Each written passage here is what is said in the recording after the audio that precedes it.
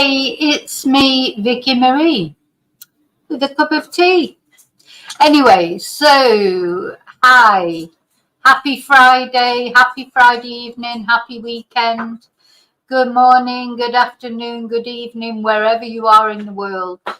I'm here in Spain, mainland Spain, not Tenerife, unfortunately. Because I would have liked to have gone and helped with the interpreting side of everything over there in Tenerife, where Slater is missing. But I'm not. I'm in mainland Spain, and it is 7 minutes past 9. Well, in the Canaries in Tenerife, they are an hour behind mainland Spain. They use the same time zone as the UK, so it will be 7 minutes past 8 there in Tenerife at the moment. Still a couple of hours of search time left if anybody is searching at the moment. Because, of course, the big news is that tomorrow there is going to be a massive search effort in that area that they've been looking in. There's quite a lot of news, if you like, now, new things that have come out. We can, things that we didn't know before about this conversation, Snapchat or text conversation that Jay had with Brad, his friend, where he was actually slipping down rubble, down a slope, etc. So now we understand a bit better why the police are so convinced that Jay is lost in that area. I personally have always believed that right from the beginning, and I do think they're going to find Jay. Unfortunately, it's just, when, because we've seen, and we're going to see even more in this video, just how difficult that looking for Jay is because of the canopy of foliage, the cactuses. They can't send dogs into all the into all the areas because the dogs can't get through it. The drones can't see everything. It's dangerous even for trained search and rescuers. So it's a nightmare, basically, isn't it?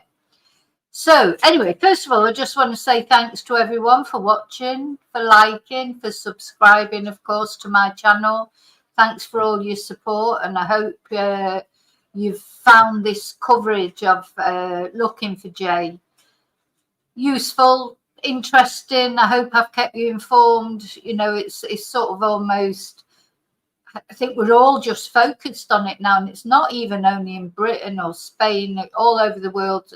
My subscribers have become sort of involved in this case. Everyone wants to see, well, everyone would like to see a happy resolution, but we don't think it's going to be a happy resolution. I personally don't.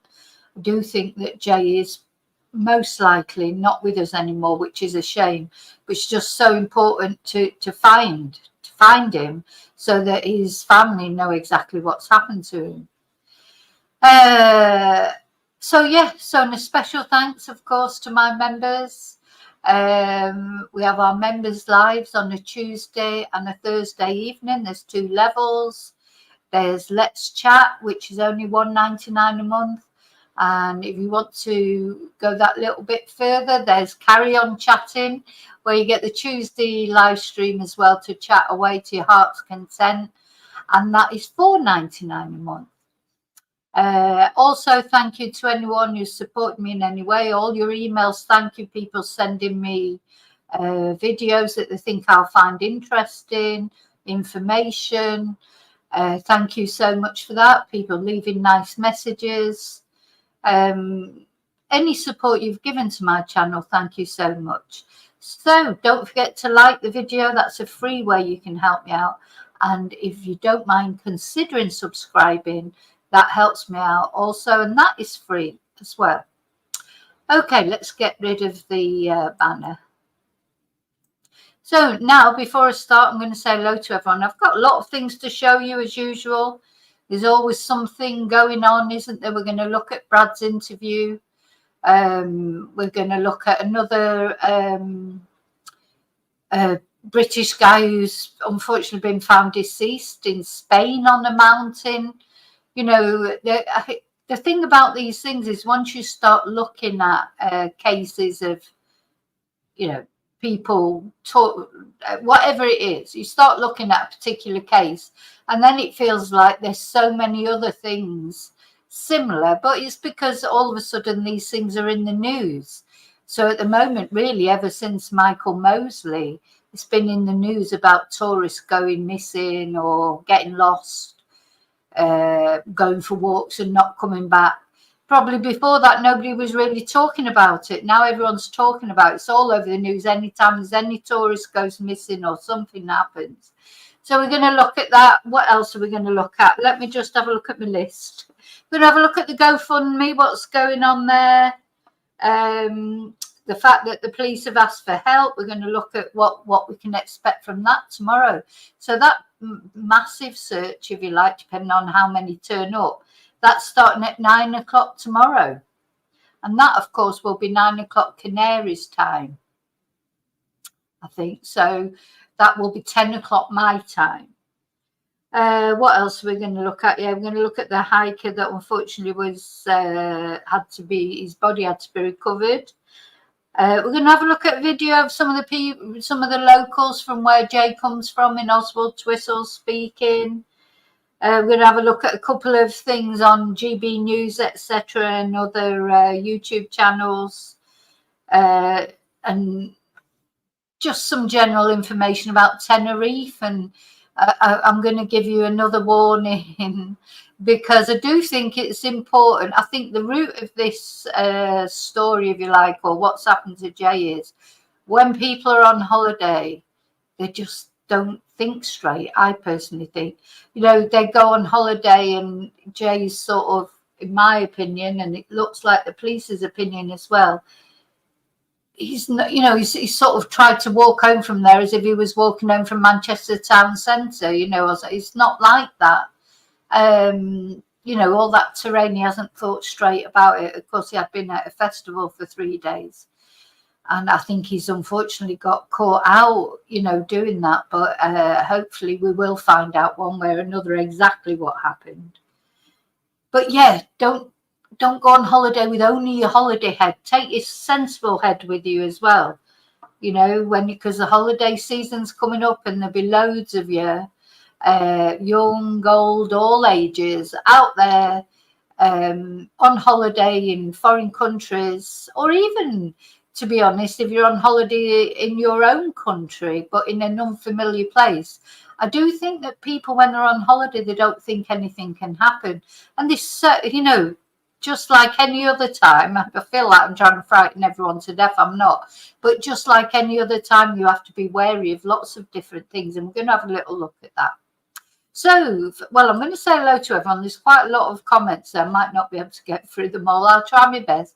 And if people come in and I don't manage to say hello to you, I'm sorry. But these streams about Jay, you can see a lot of people come on them. There's a lot of people interested in finding Jay. So sometimes it's difficult for me to keep up with all the comments.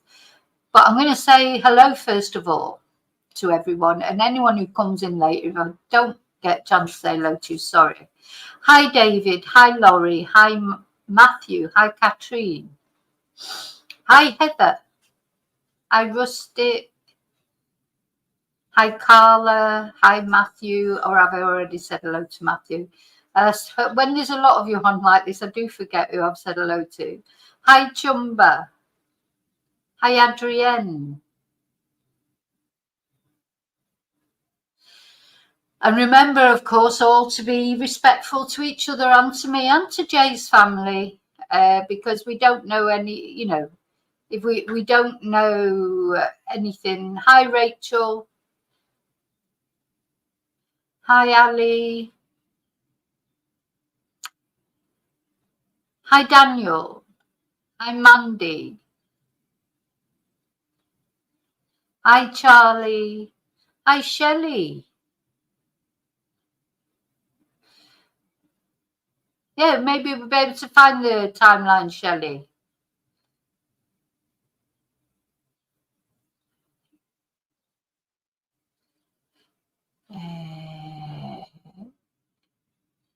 Hi, Julie. Hi, Annie. Oh, Charlie, they're disappearing. Like, yeah, there's loads of people disappear on my. Once you start looking at these things, you think, oh my God, all these people. Yeah, candles for Jay or prayers for Jay because, you know, he does need our help. Hi, Sylar. Oh, I've walked from Manchester Town Centre to, well, not from Manchester Town Centre. I'll tell you where I've walked from once. From when the buses were on strike. Anyone of my age, maybe they'll remember there was, you know, a year where all the buses in Manchester went on strike. So I was working in town in Manchester. I was getting to Cholton, trying to get to Cholton come Hardy. God knows, and I had to get a train to Old Trafford or to Trafford Bar and walk from Trafford Bar to Cholton. That was a long walk, and it was snowing. And I was drunk and I just kept falling over. But anyway, there you go. I made it. Hi, Jane JF. Hi, Nanny. Yeah, hi, Shirley. No, Mark Williams Thomas doesn't seem to have solved it within 3 days, funnily enough. Hi, Silver Soul.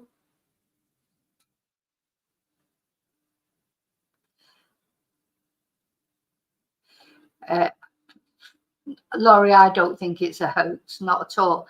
Hi, Sue. I'm working my way down. Shirley. Hi, Shirley.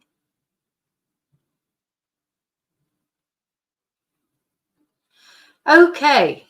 Right. I've said hello to everyone who's on the chat. Hello to everyone who's just watching at home. Not everybody wants to join the chat, I know. Thanks for watching. Okay, so where we're going to start here? As always, so many things to talk about. I think we'll start with the GoFundMe. The GoFundMe is a big problem for people. People don't like it. They don't like the fact that not only all the family have gone out, but the friends, and then the family of the friends. You know, personally, I know what you mean. I hate GoFundMes. I would abolish GoFundMes because they just always cause problems. But then having said that, sometimes families do need money. So I don't know. You know, who am I to judge? At the end of the day, this GoFundMe was organised. But if people want to donate, I mean, there's £41,089 in there now. 3.6 thousand people have donated. And, you know, some people just small donations, other people big donations. And do you know what anyone does with their money, as far as I'm concerned, that's their business, not my business to tell people not to donate. If anyone's donated and they're not happy for whatever reason, they should ask for a refund, you know. But I don't think well, put it this way, if that was my son missing up on that mountain, it wouldn't matter if you had £1 million in that GoFundMe. It's not going to compensate from the fact that you've lost your son, is it? So, and I personally, I don't believe it is a hoax. I think they're going to find Jay. I think Jay is deceased on that mountain. And all that, it doesn't matter how much money ends up in that GoFundMe, it isn't going to bring Jay back. And so if I had to swap any amount of money with the fact of my son being safe, I know what I'd choose. So that's all I would say. And I think some of the words of support and that, they're nice. You know, this is it from one parent to another. I hope you find him safe and well.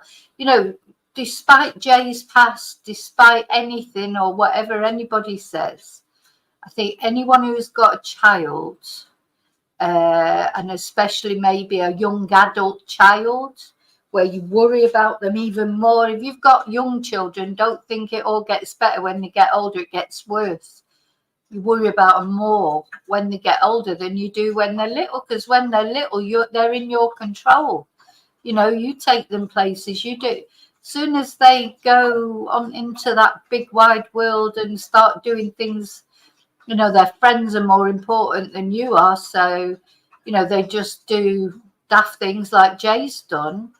And of course, whatever he did when he got involved with gangs or whatever, with the machete attack, you know, I just think he's given his parents a lot of sleepless nights already, you know. So, and that's how it is. So, you know, for me, just normal human empathy goes out to the family. So, yeah, if you don't agree with the GoFundMe, don't donate to it. If you've already donated and now you wish you hadn't, ask for a refund. But at the end of the day, people want to contribute, and it's up to them what they do with their money, don't they? So I just want, isn't it? So I just want to show you the GoFundMe. It's still going. It's on 41,000. So it's a lot of money. It is a lot of money, but there you go. A lot of little amounts of money make up to a big amount of money, don't they? So that's the first thing I wanted to show you. Now, let's see. See if we can find it. I think what I'm going to have to do is put a timeline together, because you know what timelines are like Shelley was asking about the timeline. Timelines are a nightmare, aren't they? And I wonder if I can find a good one on here.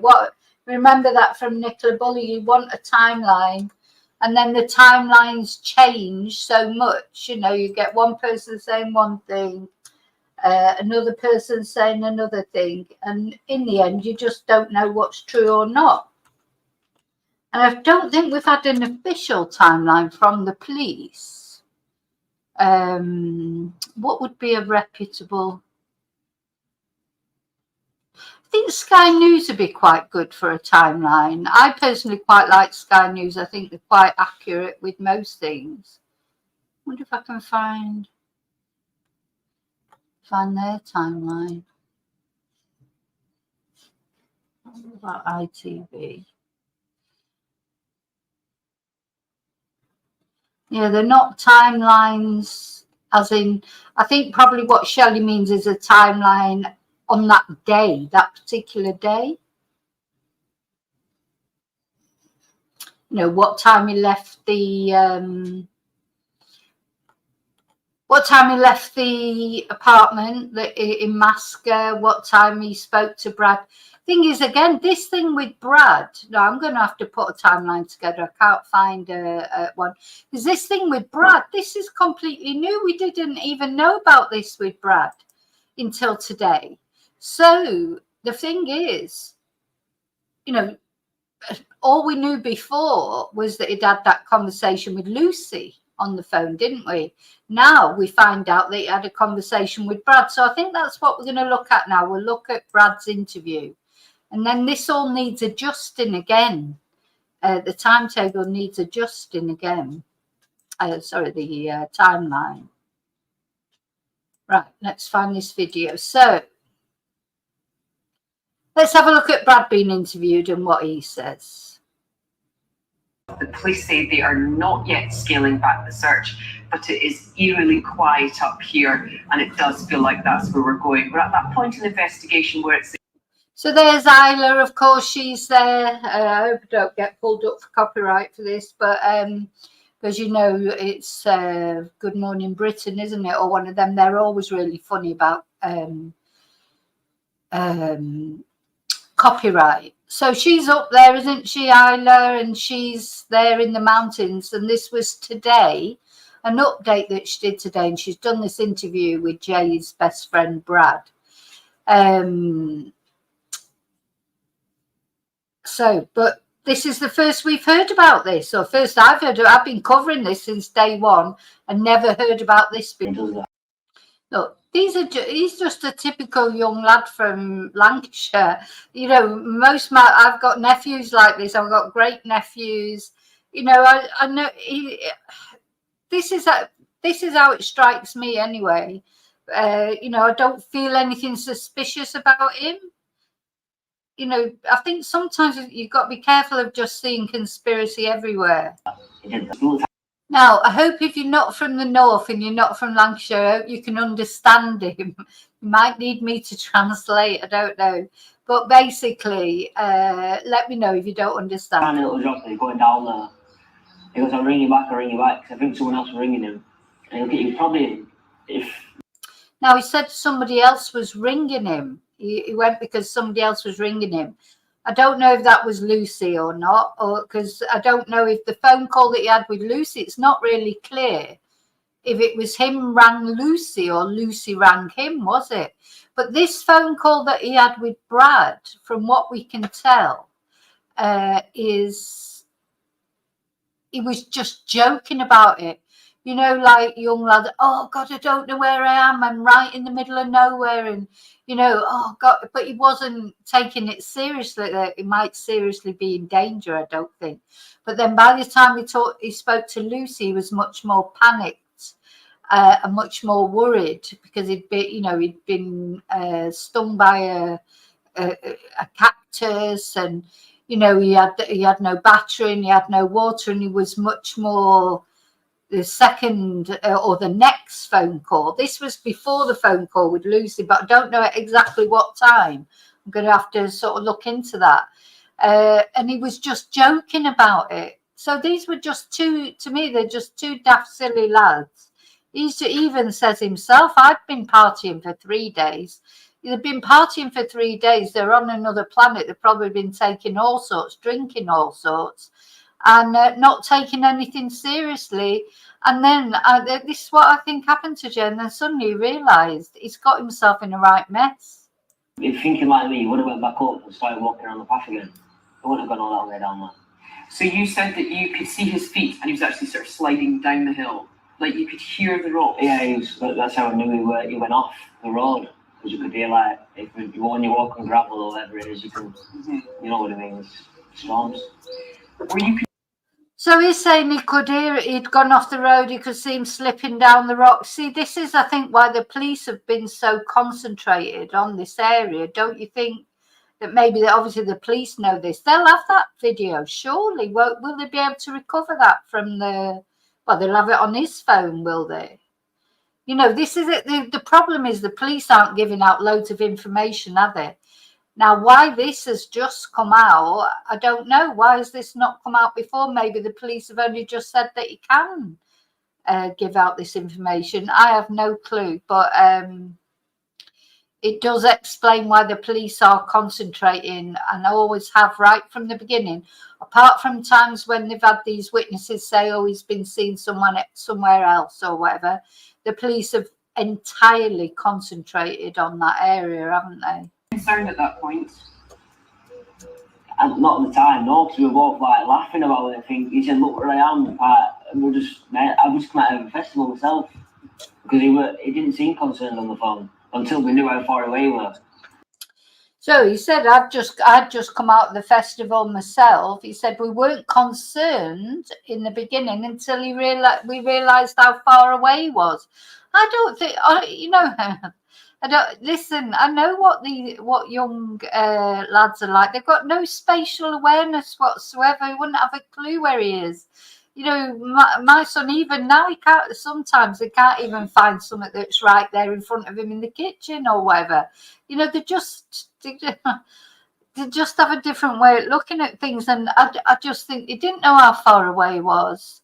You know, he probably thought, oh, well, he does say here how far away he thought it was. Yeah. I said, put your location on.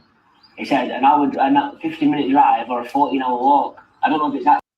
So he said it's a 50-minute drive or a 14-hour walk. So this is when he sort of realised how far away it was. And then Brad said to him, get a taxi. I don't know why he didn't get a taxi. Maybe he was... The trouble is, it's not like, you know, it's out in the mountains again. It's not like can't just ring an Uber. You know, it's just not like that. So maybe he would have liked to have got a taxi, but was there even a taxi service there? You know, and at that time in the morning, bear in mind it's the early hours of the morning. Accurate or not? Yeah. So I said to him, well, it's only a 50-minute drive, get a taxi. And what do you hope might be the outcome? And he comes home. Someone brings him home, he's found somewhere. She just comes, I don't know. I don't know how I used to feel about anything. I've been here now. I've been missing for 10, 11 days. And every day, and my mind's just gone blank. I don't know. No, he won't have a clue what's happening or what he's thinking or what he's doing. He's not, he's a 19-year-old lad, and he's not like, don't mean to be horrible, but he's been on a 3-day rave, so he's not exactly in the prime of his intellectual astuteness. You know what I mean? He's just been out there enjoying himself, and then suddenly this has happened. It probably doesn't even feel real, I would think. What to say anymore. Obviously, everyone's just come on. And He's a very experienced climber, so he's actually. So this is our guy, the British TikToker, who's there taking all these videos, which have been really useful to show us the terrain. We're going to have a look at his latest videos in a minute. Going along looking for. Because the problem is, if he went off the road and then he ended up going down those barrancos, maybe he couldn't get back up. That's a possibility, isn't it? He could have fallen, he could have cracked his head. He could have fallen and broken his leg. We just don't know. You see, the tone of that call was definitely more. Right, she said they're not looking for a needle in a haystack. They're looking for a needle in the hayfield or something. Don't know what that was supposed to mean, but. So there you go. So that's what Brad had to say. So this is totally new. We're on day 12.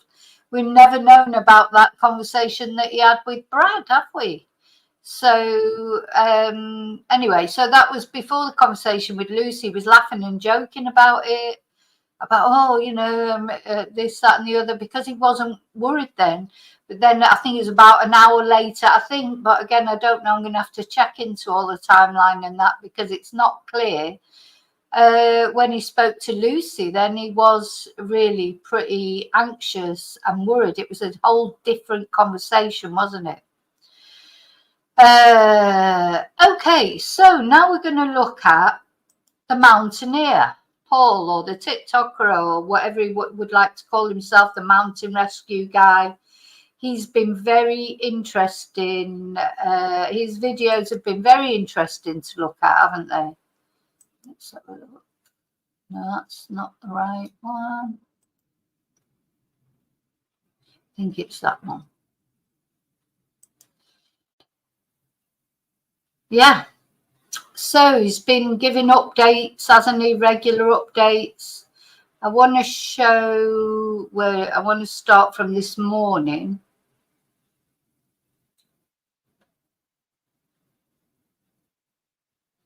Now, he's been talking to the family. The family have given him lots of clothes and this, that, and the other.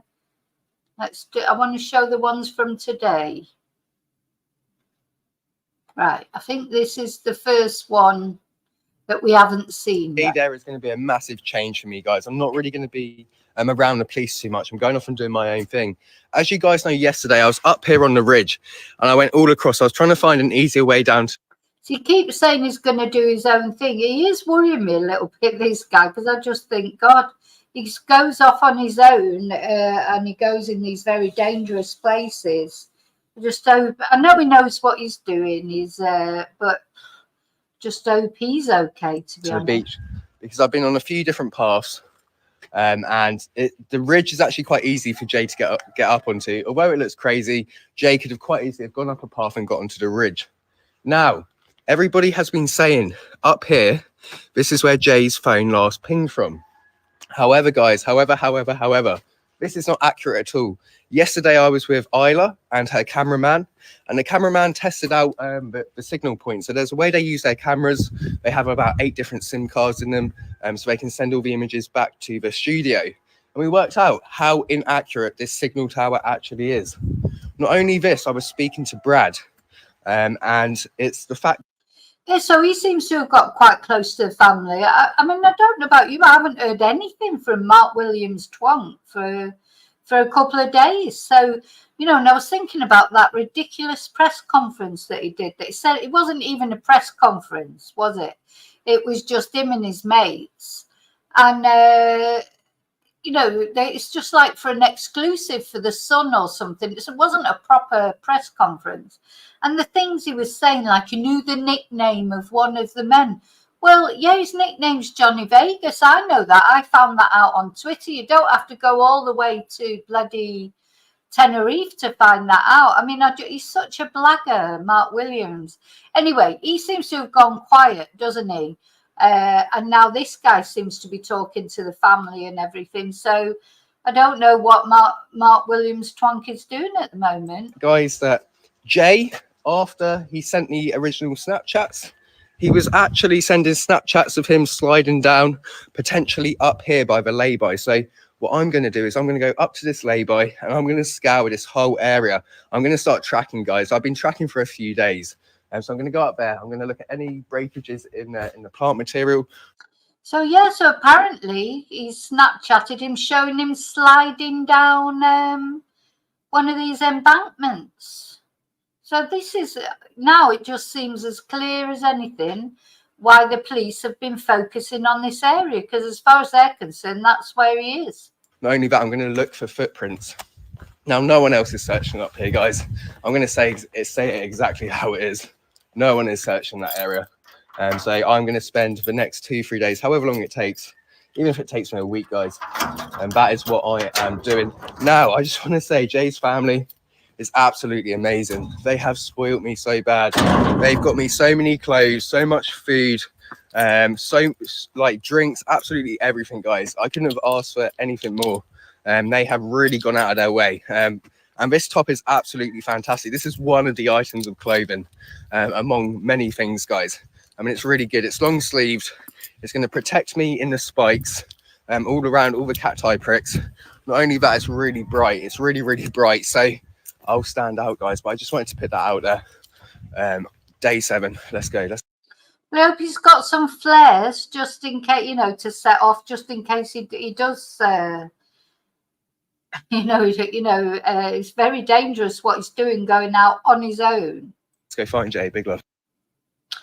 So I hope you do find Jay. But anyway, didn't find him today, or not so far anyway. So that was, I think, the first video he released this morning. Let's see.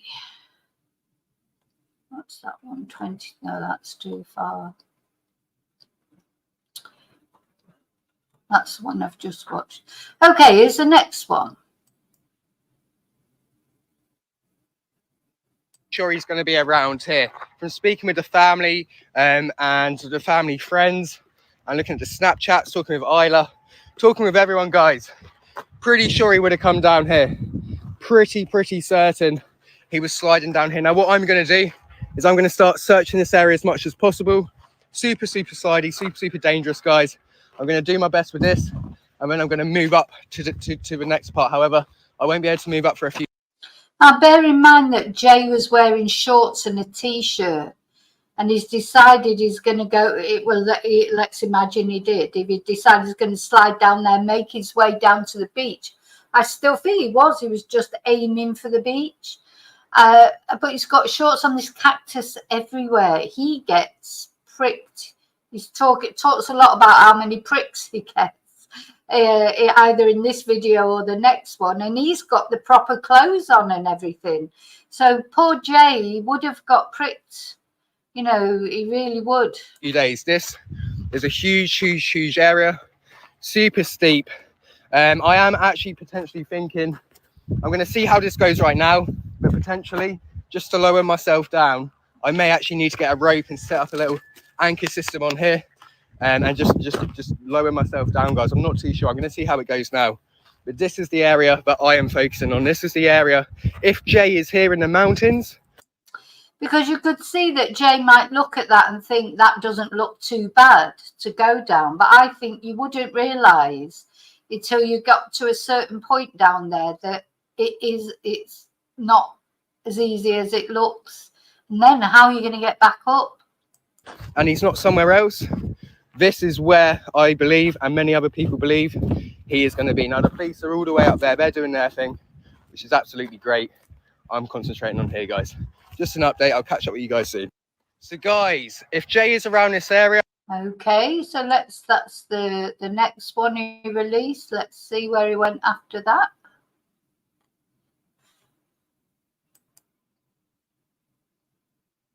I'll show you an example of the train Jay has possibly come through. There's definitely footsteps down here, 100%. There's no question.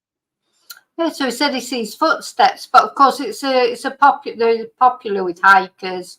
The police have, to be fair, they may well have already been down there and looked. Who knows? May have looked down there the first 2 days for all he knows, because he wasn't there. He's only been there 7 days, I think.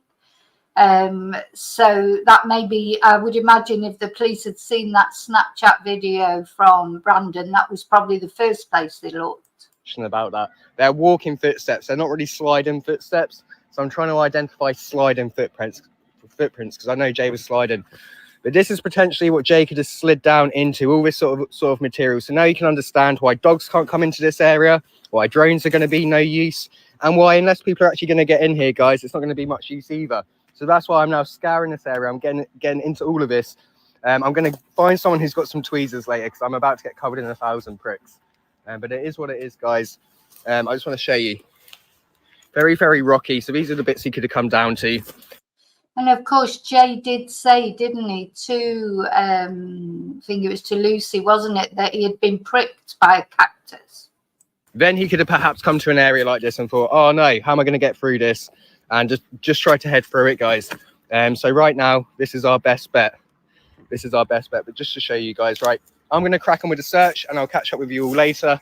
So much love. Keep being awesome, guys. Keep being positive. Keep our fingers crossed. Let's find Jay. Let's bring Jay back home. Big love. So, guys, while I'm in here. Okay, so that was the next one. Then he got pricked. He got pricked by the cactus, even though he's wearing the right gear. He's wearing long trousers, etc. He got pricked like that. Pricks right behind my knee. They're all stuck in there. They've actually gone through my trousers. These are... So guys, I'm in so much pain right now. I have literally just pulled about 50 different pricks out my legs. I've got to the point I can't pull them out anymore. They're all stuck in the back of my knee. I'm just gonna have to do my best. And when I say I've got like 50 pricks, guys, I've got about 200 pricks right behind my knee. They're all stuck in there. They've actually gone through my trousers. These are proper mount.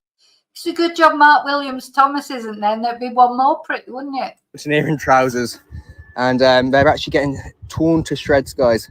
There's so many spikes. There's so many spikes. It's so painful. But this, oh my goodness, they're proper in my leg. I might have to take my trousers off, to be fair, guys. I've got like a whole clump of them stuck in my leg. It's really painful, but I'm starting to see like little paths. I keep making out small footprints as well. Look, pricks in my hand. It's really not showing you. They're so small. They're so small. It's all over my body, and they're so tiny, guys. You can see those pricks in his hand. But it hurts so bad.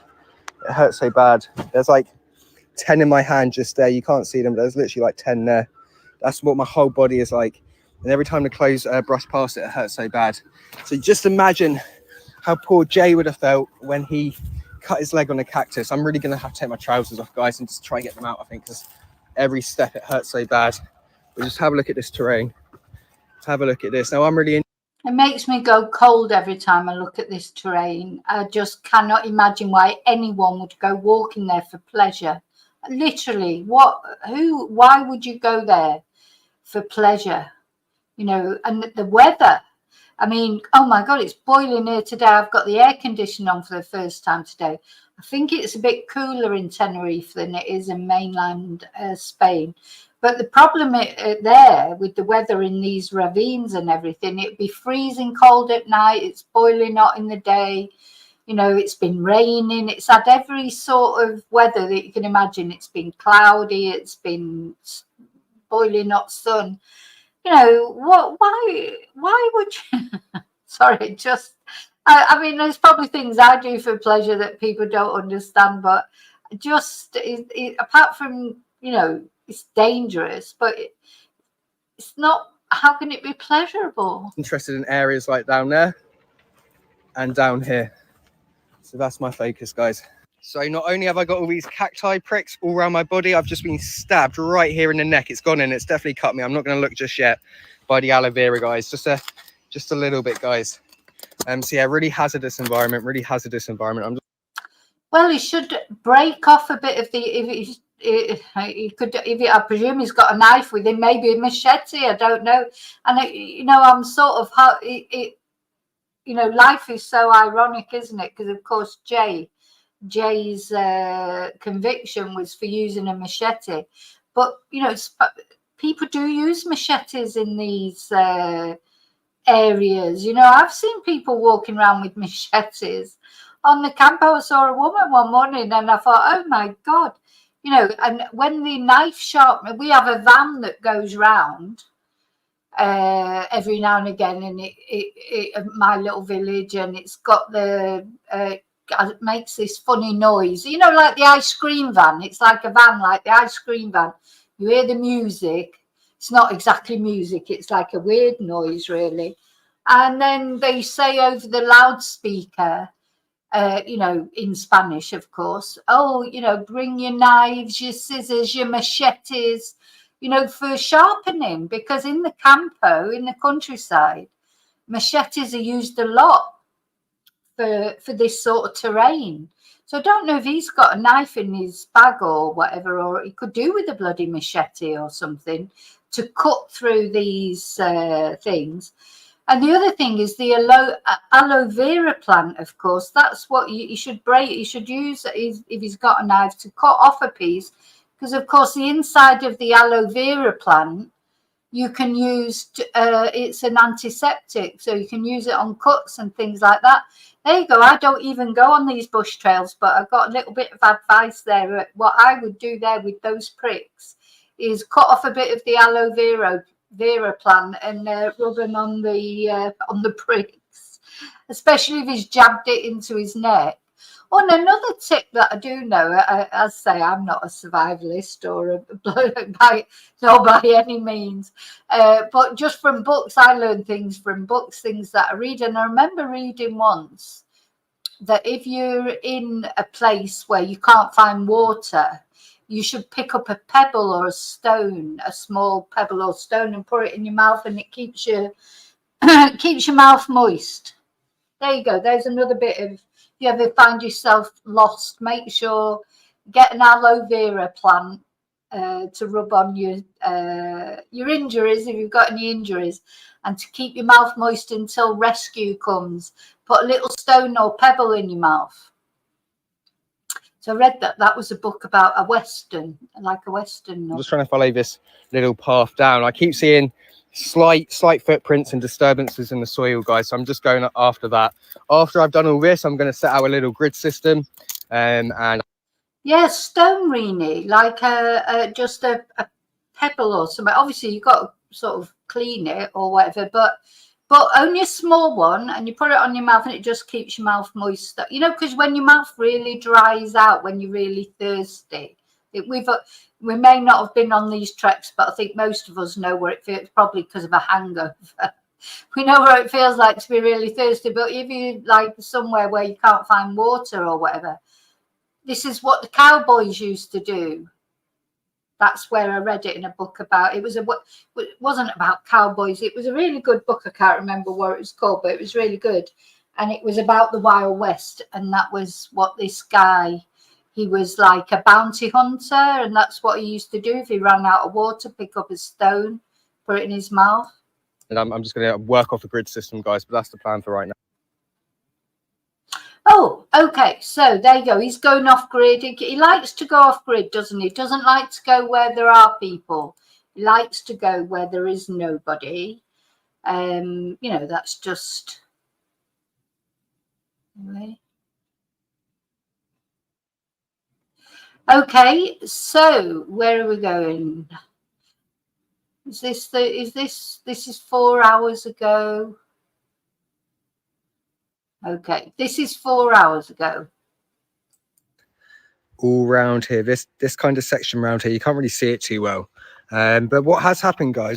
What's happening, people? It's been a long day today, guys. I've just got back to mine. I'm going to have a quick bit of lunch and drink, and then I'm going to head back out for the last few hours of sunlight. But I just want to show you what I've been doing today, guys. So far, I have searched all of the area, guys. all round here, this kind of section round. Oh yeah, and like someone was saying though that you can eat aloe vera, and of course the cactus. If you can get through into the cactus itself, that's where you can get water, of course, as well, because the cactus, not water, but some sort of a liquid, you know. So I mean, they're like desperation states, obviously, but the trouble is, it's getting the cactus, of course. They've got all the pricks in them, so you know, it's not easy. But aloe vera is a very juicy plant. You know, I have an aloe vera on my patio that I brought from the campo. I sort of nicked it from the campo, just a little one. Those are massive, those there, where on this terrain. But I mean, you know, in the campo where I am, there's loads of aloe veras just growing wild. So I just brought one back and I've just put it on the patio. And I do use it. If I get a cut or something, I do use it. It's good for your skin. It's good for a lot of things, aloe vera. Around here, you can't really see it too well. But what has happened, guys? What has happened? The Tenerife police actually put a statement out earlier just confirming that they wanted as much help as possible. Now, I'm not going to talk about how the searchers have actually been out here, guys, and all that sort of stuff, but I knew they wanted help. They told me I've been working alongside them on certain days. I've been in all their cars. I've been chatting with the person who's actually been running the whole thing. And yeah, we do need some help, guys. So if anybody does want to come out, please just come out if you're competent in the mountain. If you have hiking experience or anything like that, guys, because there's certain sections where the police will be able to direct you, and mountain rescue will be able to direct you as well. And it's going to be really, really interesting to see who actually shows up tomorrow. It's going to be really, really interesting. So if you are interested, by the way, guys, where we are meeting, what you do is you come into Masca, and we're going to be meeting at 9 o'clock. Now, I'm going to be up there about 8:30. Maybe a tiny bit earlier. I'm not too sure. But what you do, guys, come into Masca, just flip the camera around, and you follow the road all the way around, all the way around, all the way around, all the way up here, and then up here. We're meeting at the main viewpoint up there, guys. So if you are in the area and you are available to search, then we'll see you tomorrow morning. Big love, guys. Catch up with you. I think it'd be really interesting to see what happens tomorrow morning, because I don't think this is his last update he's put. Thought there was one more. Let's have a look.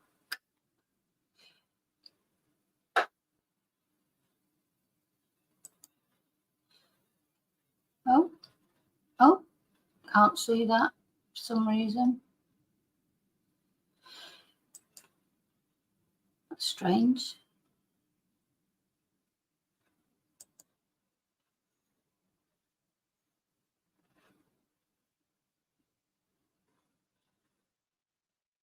Police and mountain rescue search for missing Jay. Now that police have officially made a big announcement, so it's official, guys. Right, so he's talking about now. It'd be interesting to see what happens tomorrow, because there'll be loads of Spanish people turn up. Spanish people like their hiking, and of course they've waited till the weekend because most people are working through the week. You know, not everyone's there on holiday. People live there. They'll be working in the week. I think there'll be a big turnout. I hope so, anyway. And then I suppose the Guardia Civil or the search and rescue, they'll organise a search, send people off into different areas. I don't know. It'll just be really interesting to see how it goes. I would imagine they will provide water and stuff like that. I don't know, but of course it's advisable for people to take. He gives a bit of advice anyway to people what to take. So let me just show you what he said. Been here now for 1 week in Tenerife, helping the police and mountain rescue search for missing Jay. Now that police have officially made a big announcement, they put a statement out saying they would like as much help from the public. Now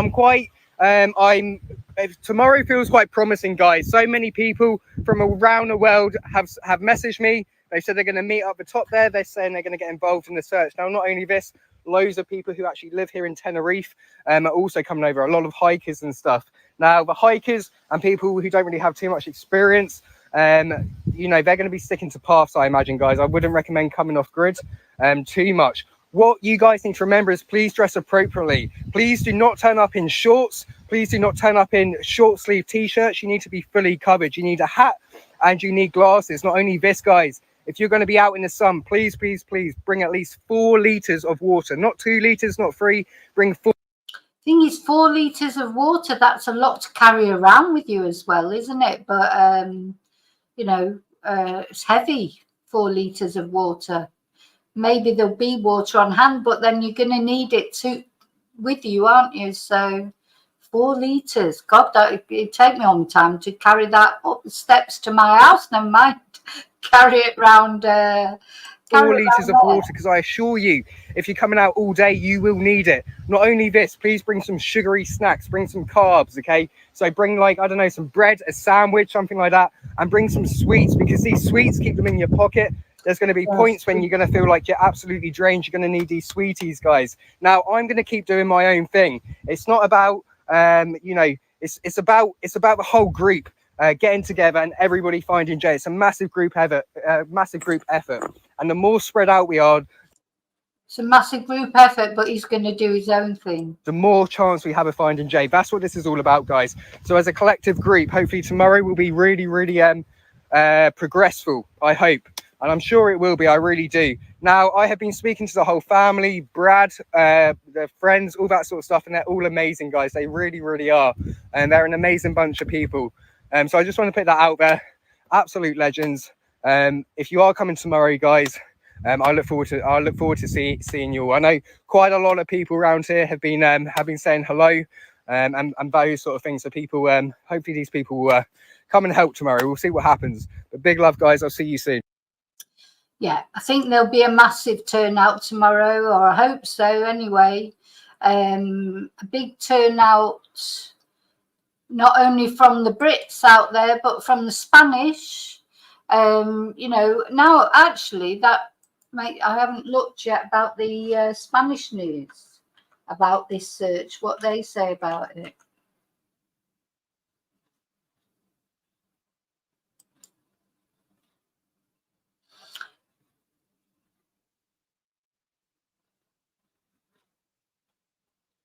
Let's see if the Guardia Civil say it. Oh. I hate it when I haven't prepared it.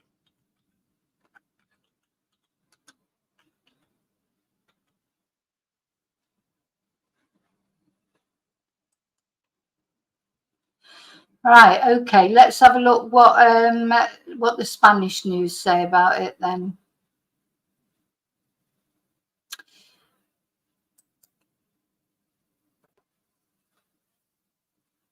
So there's let me share it.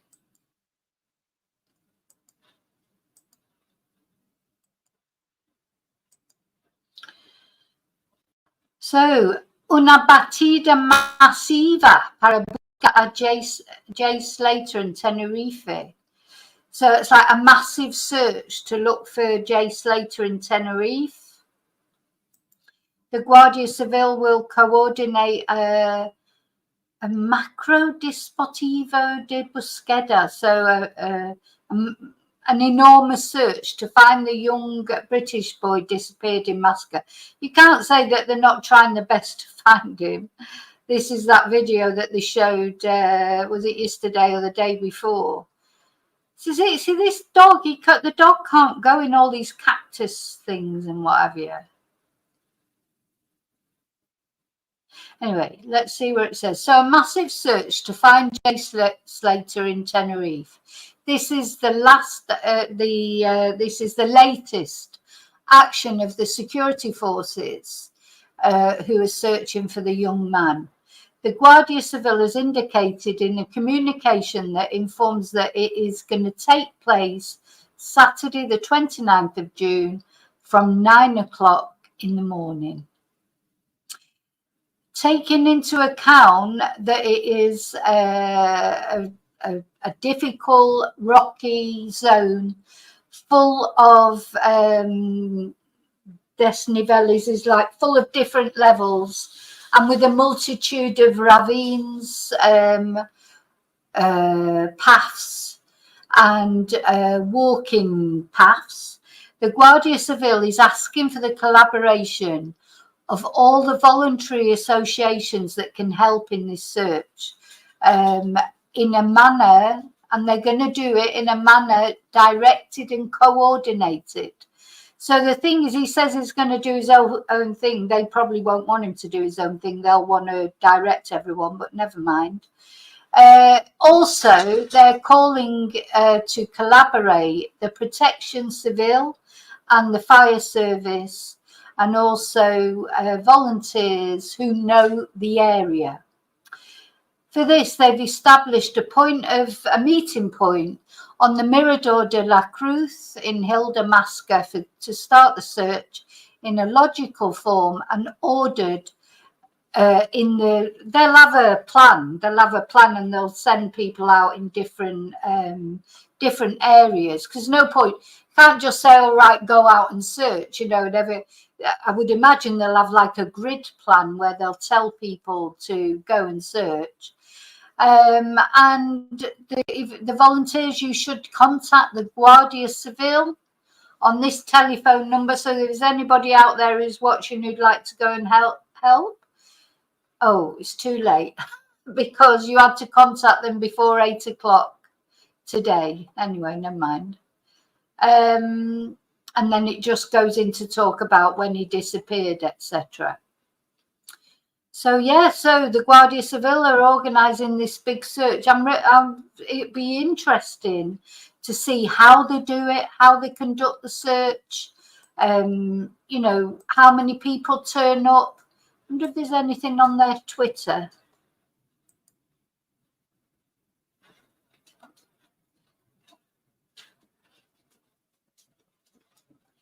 There don't seem to be anything on their Twitter, so I don't know where they released that. Hello, there's Riley. Come see me. Let's see, Guardia Civil, Jay Slater. See if I can get the actual.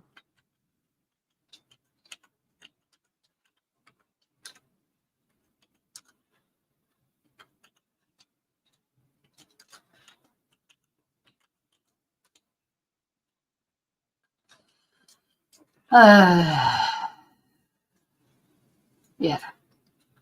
It's just all saying the same thing. Hello, baby.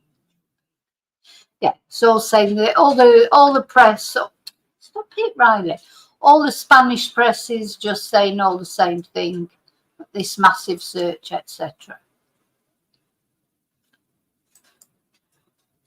Is it all over the news, Charlie?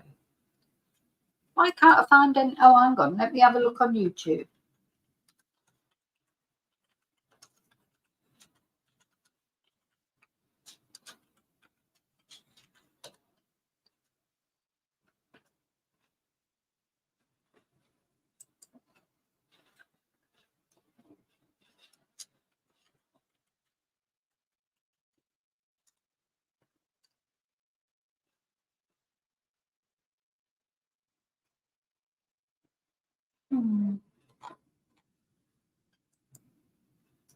So we can find antenna trays.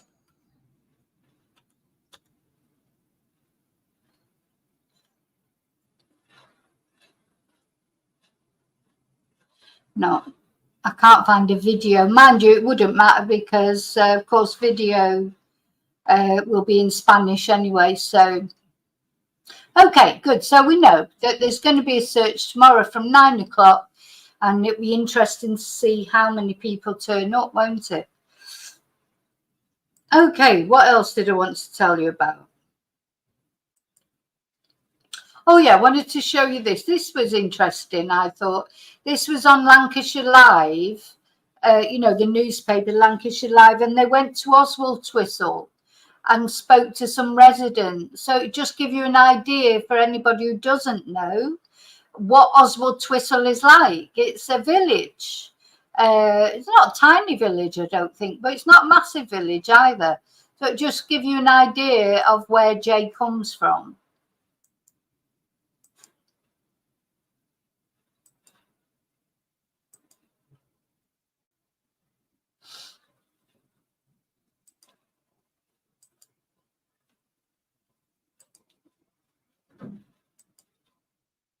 Yep.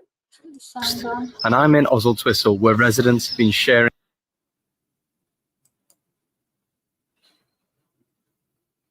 Hi, my name is Sam Quine, East Lancashire reporter for the Lancashire Post, and I'm in Twistle, where residents have been sharing their words of support for Jay Slater and his family. So what kind of words would you like to offer Jay and his family at this time? Just like to hope he's found safe and well, and no injuries. I just hope everything turns out positive and he's found safely. He's a friend of Sebastian's, and he played for Uncourt United for about 11 years together. And they're not easy to understand. I didn't really understand what this gentleman has said then. Let's just listen that again.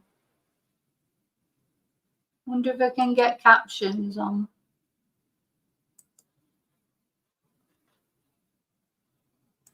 Let's go back to the beginning with captions, might help. Hi, my name is Sam Quine, East Lancashire reporter for the Lancashire Post, and I'm in Twistle, where residents have been sharing their words of support for Jay Slater and his family. So what kind of words would you like to offer Jay and his family at this time? Just like to hope he's found safe and well, and no injuries. I just hope everything turns out positive and he's found safely. He's a friend of Sebastian's, and he played for Uncourt United for about 11 years together. And it's sad news at the moment, fingers crossed. Hi, yeah, Debbie. Really sorry to hear about Jay's missing. I just want to assure you that myself and our church, Union Road Community Church, we've been praying for you and for Jay's safe return, and we will continue until we hear something. So, we are keeping you in our prayers and just want a good outcome. So, God bless you. And I hope we find him. It's a shame. I won't like it to happen to anybody, not even my own kids. But I hope they do find him safe and well. I just wish the family all the very best, and I just hope and pray there's a good outcome. He's in a hostile part of the world as much as the surroundings are concerned, because it's so volcanic, is Tenerife. But I just hope and pray that they find him. £6,250 of funds. She wrote, "First, I would like to thank everyone for your support, kind messages and good wishes. It's difficult to wrap our heads around what is happening right now, but we are Hi, my name is Sam. So, not losing hope that we will find Jay and return." East Lancashire reporter for the Lancashire. Yeah, they weren't that easy to understand, were they? But I hope with the subtitles you managed to catch what they were saying. Yeah, very strong accent. It's just a village, so I just thought that might be interesting just to show you where Jay comes from. Right, just let me check my list so that I can see what I've done and what I haven't done so far. Done the video. Oh, right. So, yeah, I want to show you a couple of videos from GB News and Talk TV.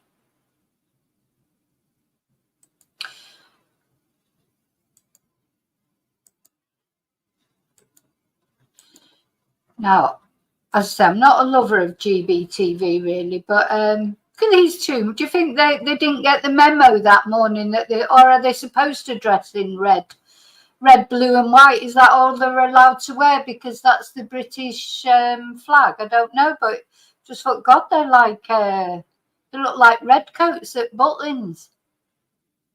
Anyway, let's see what they've got to say. We have some breaking news. Tenerife police have called for volunteers to take part in the large-scale search for the missing Lancashire teenager, Jay Slater. They are looking for civil protection agencies and mountain search volunteers to take part tomorrow morning. Joining us now, senior global reporter for Mail Online, Nick Pisa, joins us from Tenerife. Nick, they're calling on others to join in with the search. Do they not have enough resources, or is it the terrain so difficult to look through that they need to get more and more people on the ground to try and find him?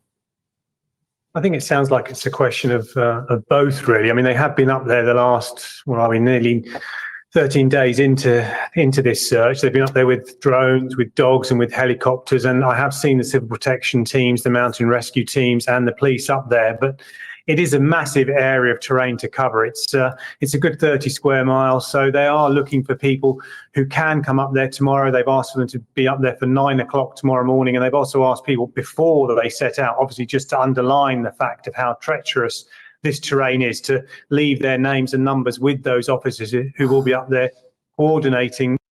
Look, the thing is, the police are not asking for help from just anyone. The police are asking for help from all the local volunteers, hikers, people who know the terrain.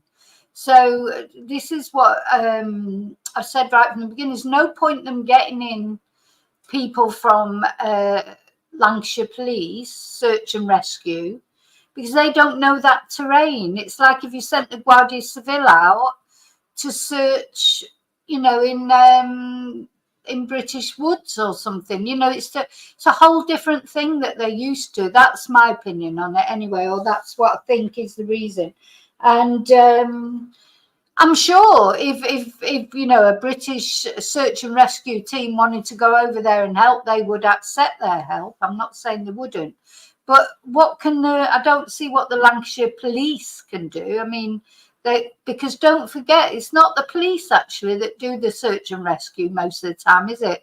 There's like their voluntary organisations, these mountain search and rescue teams and everything that go out in there, you know, devote their spare time, you know, don't they, to it? So a lot of the time.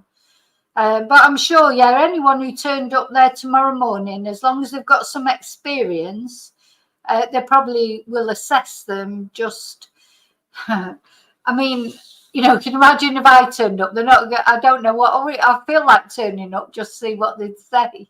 No, just saying, oh well, you know, I don't want to break a nail though. You know, like I'm only joking, but they must have to assess people a little bit, because when people turn up, are they going to ask them, you know, what's their experience? You know, and then decide who goes to which parts, because some parts are more dangerous than others. You know, it's going to be a massive, if a lot of people turn up, it'd be a lot of coordinating, won't it? The search as well, because obviously, God forbid, we don't want to be looking for any other people who are up there, but they are stressing again that they don't. Exactly, we don't want anyone else to have an accident and they have to be airlifted off. Just want any sort of Johnny-come-latelys. They do want people who do have some experience of the terrain up there, because I can tell you it is quite exposed, it's quite barren, it's quite windy up there, and it is quite a tricky terrain to search.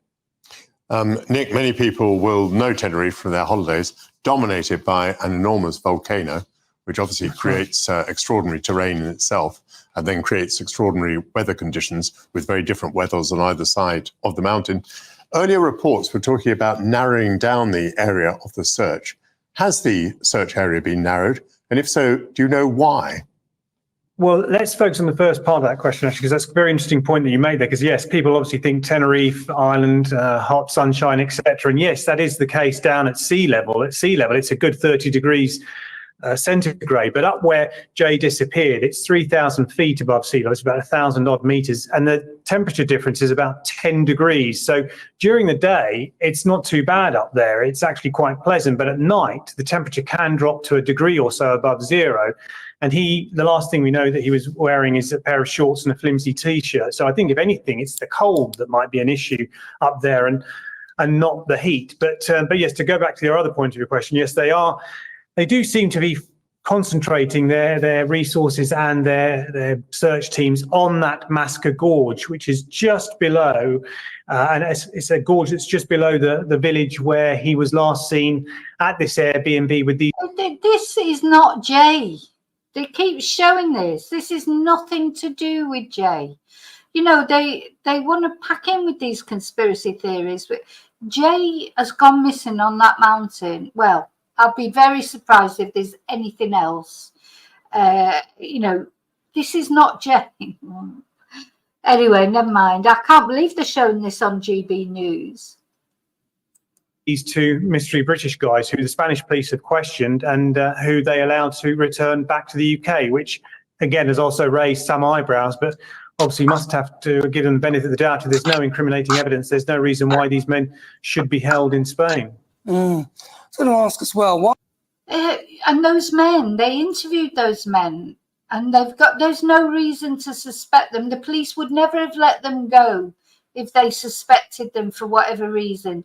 You can't just keep someone without any evidence. You can't just, lots of people say, oh, they shouldn't have let those men go back to the UK. Well, they know who they are. They know where they live. They can't just keep them in a Spanish prison forever when they've got no reason to believe that they've done anything wrong. If it turns out that they have done something wrong, then they know who they are and they know where they live, so they can still arrest them. It's not like you can't just say, oh, well, we're keeping you in prison until we find Jay, because just in case, if there's no evidence of wrongdoing. I mean, don't forget, if Jay has spoken to his friend, that Brad, and said that he was making his way home, then there's no reason to think that those men have got anything to do with Jay's disappearance. You have to stick, there are facts. You can only deal with facts. You can't, I don't like the conspiracy theories until they're proven. I just don't believe in them at all. I don't think those men had anything to do with Jay disappearing. I think he's literally just gone into that horrible terrain and not realised just what trouble he was in. Whilst they were searching for Jay, a couple of days ago, they found another person who was lost and disorientated. Do we know anything about that person, whether they may have seen or heard anything or have any idea about Jay? Yes, well, that's the gentleman. I actually spoke to him shortly after that news came out. I managed to find him at his holiday let. And yeah, that was quite funny, wasn't it? Because this is this Scottish guy who said he was nothing, he was fine. He was fine. He didn't need rescuing. So, but having said that, he hadn't got back to where he was supposed to be when he was supposed to be there. So his friends, or the group he was with, it was them that phoned the police and asked them to find him, because he wasn't there, where he wasn't back when he was supposed to be back. But he got the right ump, didn't he, now, and said he never needed saving. He was fine. Poor guy had actually just come out for a bit of hiking himself. He was on holiday and he was in the next door valley, and he was making his way up and then down, dropping down into the gorge where the police are searching. And now he'd done that, and then at the same time he'd obviously seen the helicopters whirring around, and then the search teams came towards him. And I think there was a little bit lost in translation there, because they insisted that he come with them and that they take him back off the mountain and back to his car. But he told me that he was absolutely fine. He was an experienced hiker. He was layered up, as they say. No, but the thing is, what they're not saying is he hadn't got back to where he was supposed to be in time.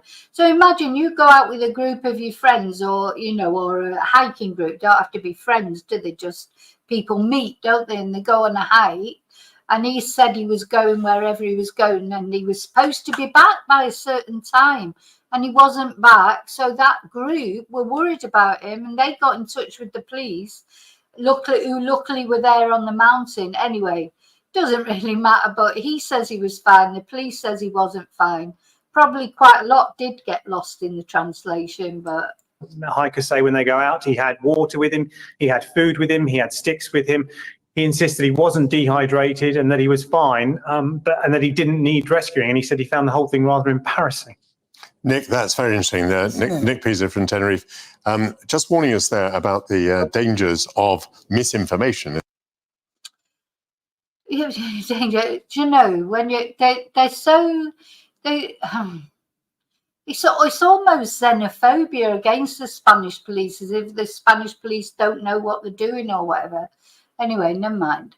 So that's them. Let's have a look. I think this is a Talk TV one that I wanted to look at somewhere.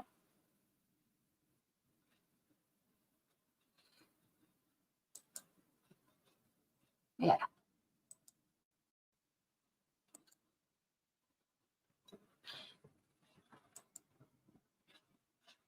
who is, of course, Senior Foreign News Reporter of The Sun. Katie, very good morning to you. Morning. Help find our Jay, it says on page 19 of The Sun this morning. Missing teenager Jay Slater's mum said she has not given up hope of finding him alive, despite police saying it is likely that he's actually dead. Yeah, so police sources said yesterday, so we're entering the 12th day today of the search, Right. that if he has disappeared in the mountains, unfortunately at this point it is unlikely that they'll find him alive. Right. But there are other theories that maybe someone took him in, like a local Right. took him in because they saw him, or there are other theories that you have to take with a pinch of salt that he might have been kidnapped. But Right. yes, unfortunately police do think at this stage, if he is in the mountains, he is likely not alive. Because it's a pretty arid sort of desert-like sort of landscape, isn't it? There's not much there. Yes, that's right. And a lot of people do go missing in Tenerife every year, and locals have spoken out and said that often when people do go missing, it can take months to find them because Really? the landscape is so vast. Right. And so have people gone missing in the past and then been found alive then? I think so, yes. Right. But I'm Think so. She doesn't know even. The thing is, think about when people go missing in Snowdonia or any massive expanse of, can take weeks, if not months, to find them. It's just the way they talking about, as if, oh dear, the Spanish, nobody can do it like the British police, can they? Well, we know that, don't they? They can find people. It only takes 23 days. I mean, there's quite a lot. So in the last 6 months, I think about 11 people have gone missing in Tenerife. Right. Who are still missing. And there's cases from over the decades where Brits have gone missing. There's a couple from the 80s who have 11 people missing at the moment in Tenerife. 11 people, she just said. Let's just listen to that again. I wonder if that's true, though. I'll have to check. who are still missing. And there's cases from over the decades where Brits have gone missing. Are missing in Tenerife every year, and locals have spoken out and said that often when people do go missing, it can take months to find them because Really? the landscape is so vast. Right. And so have people gone missing in the past and then been found alive then? I think so, yes. Right. But I mean, there's quite a lot. So in the last 6 months, I think about 11 people have gone missing in Tenerife. Right. Who are still missing. And there's cases from over the decades where Brits have gone missing. There's a couple from the 80s who have never been found. Right, interesting. And last time you were here, we were talking about Jay's mother who'd gone out there. An amount of money's been raised for the sort of help to look for him, £36,000 in a GoFundMe account. She's asking for permission to use some of it, right? Yes, that's right, Mike. So actually this morning, the GoFundMe page hit £40,000. Wow, so people are still donating? Yes, they are. Some people are donating quite considerable amounts. Some people like £600, others lower amounts. But yes, it hit £40,000 this morning. And Right. his mum, Debbie, said yesterday she was working with GoFundMe to try and withdraw some of that money Right. as she'd like to use it for 3 different reasons. 1, to support the rescue teams working to find Jay.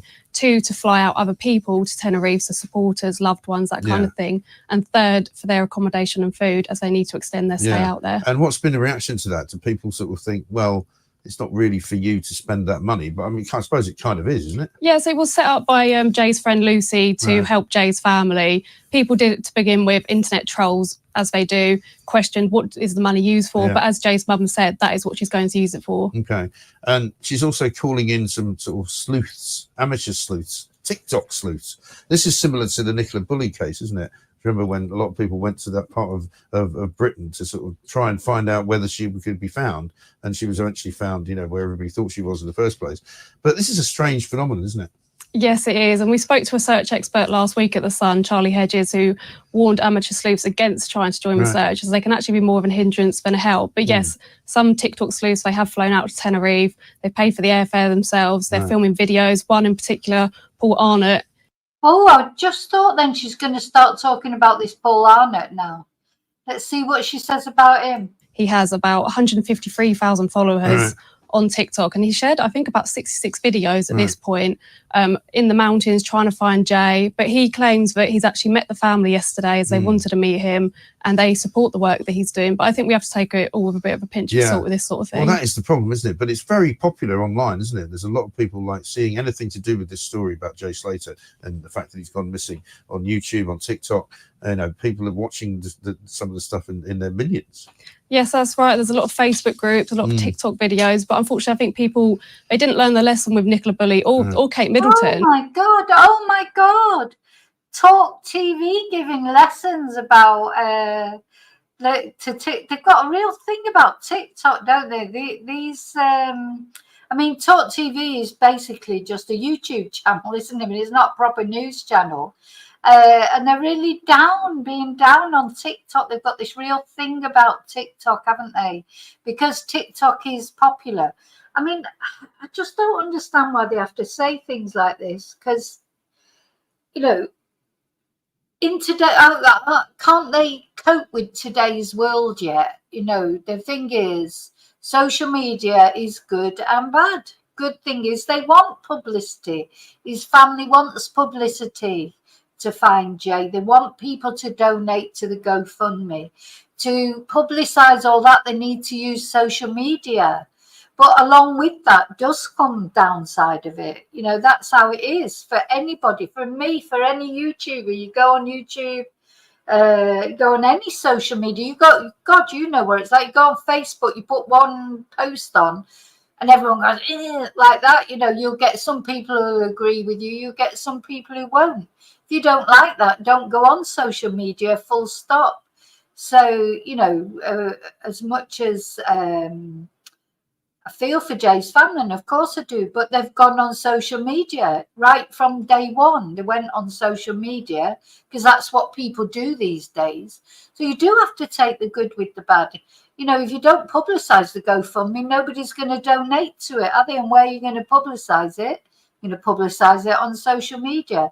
This is life nowadays. I just don't understand this sort of faux outrage, especially from, you know, channels like this. They're not being funny, but they're not exactly the most reputable source, are they? You know, I just don't understand how they're not moving with the times. Just that is the way it is. You know, we've just had in Spain, in the whereabouts I live, a big newspaper that was very popular in this area. For years, 40 odd years, it's just gone. Now it's just folded because times are changing. People aren't reading newspapers anymore. You know, they're doing online things. When did you last buy a newspaper? I bet there's not many of you out there watching this buy a newspaper. You'll read online. I can't even remember the last time I bought a newspaper.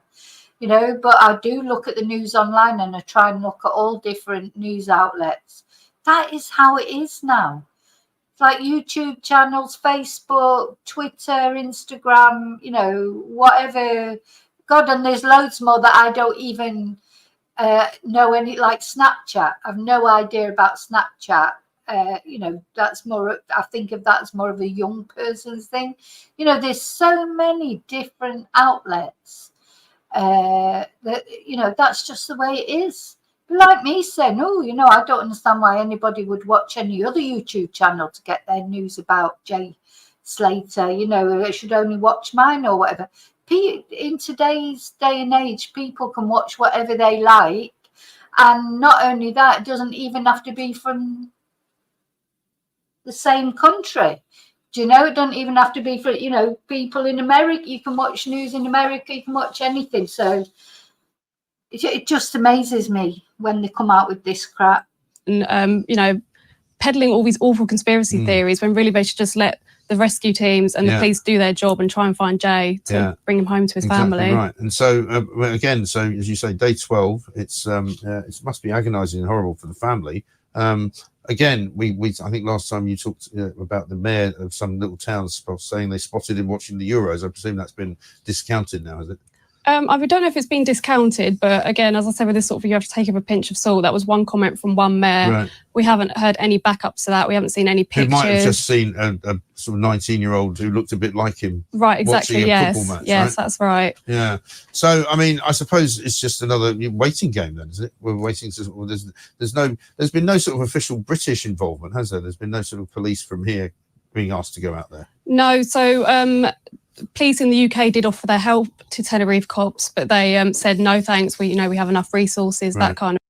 You know, again, that. So just imagine when Nicola Bulley went missing, or if some Spanish person went missing in Britain, they wouldn't get the Spanish police over to help search for them, would they? So I don't get that, why anybody's even surprised by that. Kind of thing, but no, they haven't got involved this No. side of the pond. We'll just have to wait and see how it all goes. Katie, thank you very much indeed. Okay, just thought you might find that interesting. It's always interesting to get different views, isn't it? And I do like to watch all the different news things and see what people are saying. Here's another one.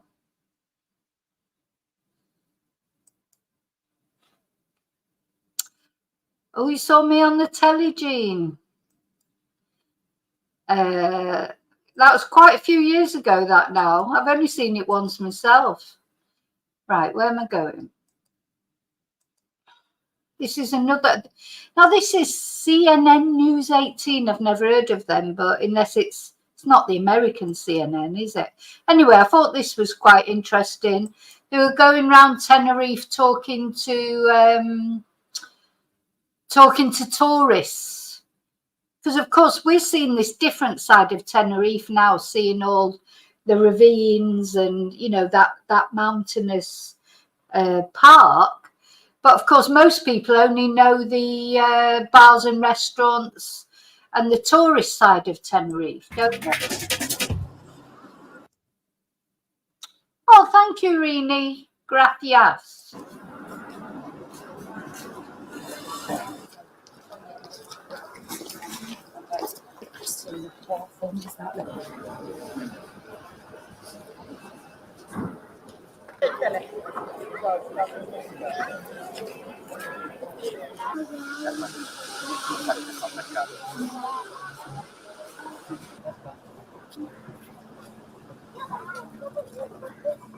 It's really confusing.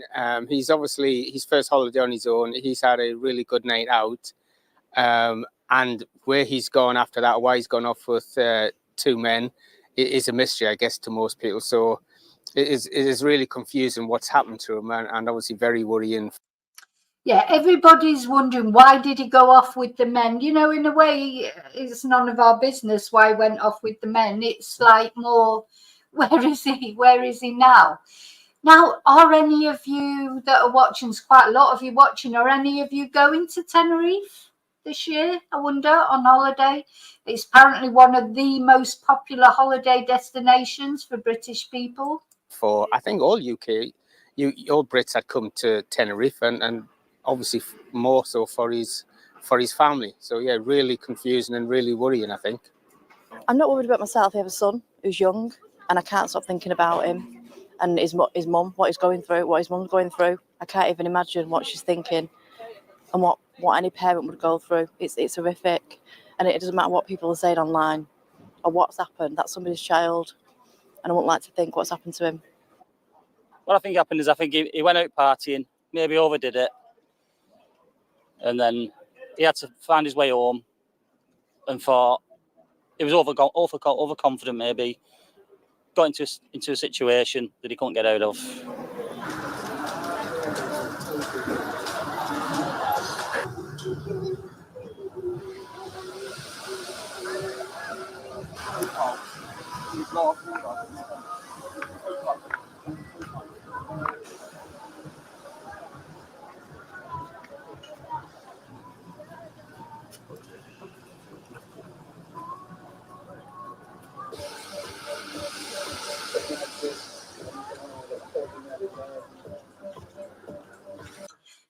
Some people, I mean, everyone's entitled to their hypothesis as to what happened, but I don't think Jay was kidnapped. You know, he went off voluntarily. He was talking to, I think he wouldn't have told his friend the next morning, oh God, these two men kidnapped me. He wasn't kidnapped.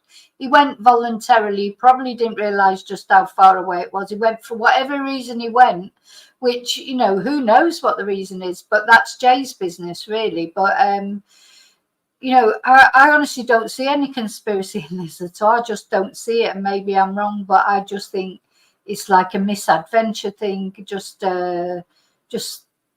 just sort of totally misjudged all the situation of coming home. He should have got a taxi. That's what he should have. Sat watching the Euros. Thank you. Oh God, it's him, isn't it? Is that Mark? The family are devastated. Ah. They remain hopeful that obviously Jay will return and there will be a positive outcome to this. They are working. Oh, I didn't know he was on this, otherwise I probably wouldn't have shown it. But it's not a press conference. This is just somebody filming him. Working very closely with the Spanish authorities, the police. They are very grateful for the Spanish authority, and also the consulate has provided guidance and support to them. They remain in contact with them, but the family are, as understandably, utterly broken. This is for them a scenario you think happens to somebody else, not to them.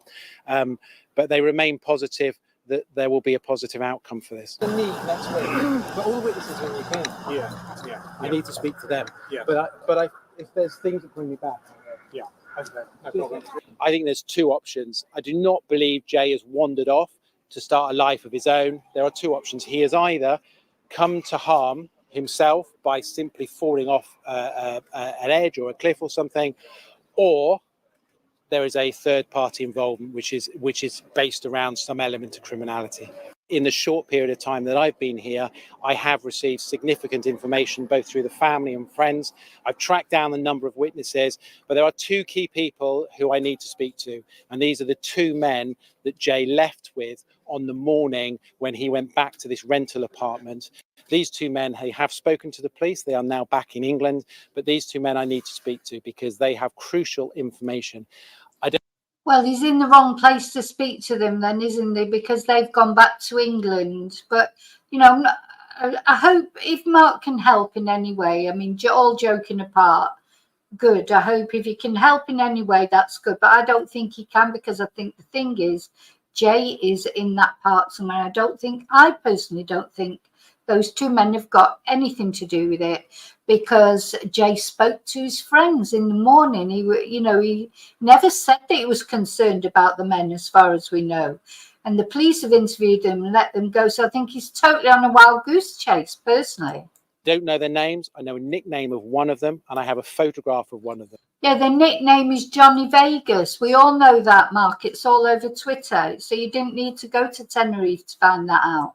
They know who they are. I would urge them to come forward, to contact me so that I can speak to them, and I'll speak to them in confidence, because I need to establish a lot more detail in terms of what took place, both in terms of the lead up to them taking Jay back to their property and also whilst they were at that property.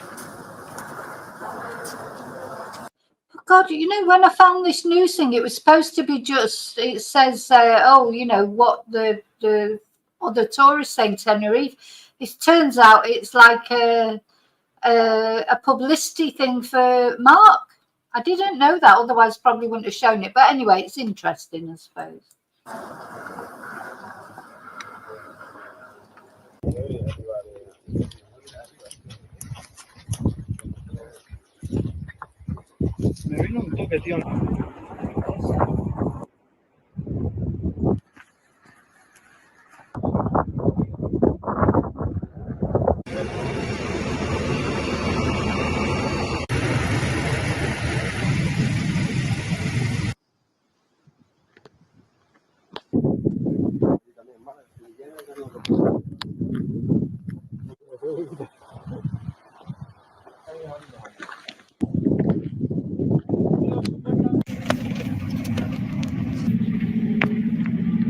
Okay, so that I think that was a party political broadcast on behalf of Mark Williams Thomas, but never mind. It was, it's just interesting to see. He's make out as if he's found out things that there's nothing that he's just said there that I couldn't have told him before he even went there. Anyway, we'll see. He may come up with something else, hey? You know, like he did with Madeleine McCann, and now he thinks Oscar Pistorius is innocent. You know, he's not. Anyway, never mind. Never mind. I'm going to be good. I'm going to be good. I'm not saying anything more about him. Right. Where am I going now? I've still got a couple of things that I'd like to show you. Where am I? Oh yes, so I wanted to show you about this. Another, I bet the Spanish must think, bloody hell, these tourists, they keep coming over and getting lost on mountains. So this guy, this is another guy that's got lost in Spain on a mountain. 70-year-old hiker. See, this is what I mean. These people, quite, you know, he's obviously an experienced hiker, this guy, but they sometimes I think they just don't realise. It's like even Paul, who I know he's an expert and is this, that, and the other, but I still worry about him because it only takes one little fall. Only you know, and he's out there on his own. And how quick can people get to him? So this guy is an experienced hiker, 70 years old. Let's have a look at this video. Might be an advert. Come on. Right, I'm going to turn the sound down because quite often then whatever the music is, I get done for copyright.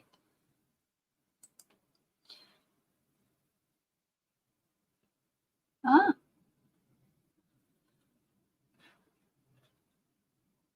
Oh, that's interesting. So police discovered the body after tracking down an SOS wristband that the hiker was wearing. Oh, that's a good idea, isn't it? So he's of it. Oh, no, that's good. So he had like he had a wristband on. That is a good idea to do because even if, I mean, all right, once you're dead, you probably, you know, but you don't, you want to be found. You want your family to, you know, you don't want to be missing up there. That's a brilliant idea. I hope Paul has got one of them on. I hope Paul's got one on because even, I'm not saying that Paul might die, but he might have an accident, he might trip up, he might break his leg, and then if he doesn't get home that night, at least he can, if he had if he's got an SOS wristband on like this, then at least they'll be able to find him quickly.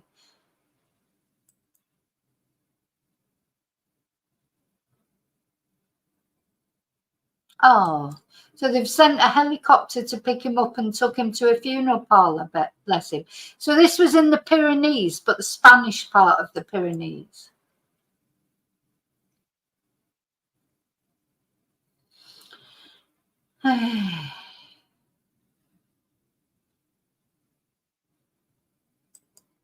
So, oh, hang on, let me just stop that. So yeah, they discovered his body in the Pyrenees after he vanished during his attempt to climb an 8,700-foot peak on Monday. Now, I know he's probably an experienced climber, but he's 70 years old. I'm sure there's people out there watching me now that you understand. There'll be some people out there that enjoy this kind of thing. I wish people would tell me what the attraction is, because I just think, why attempt to climb an 8,700-foot peak? You know what?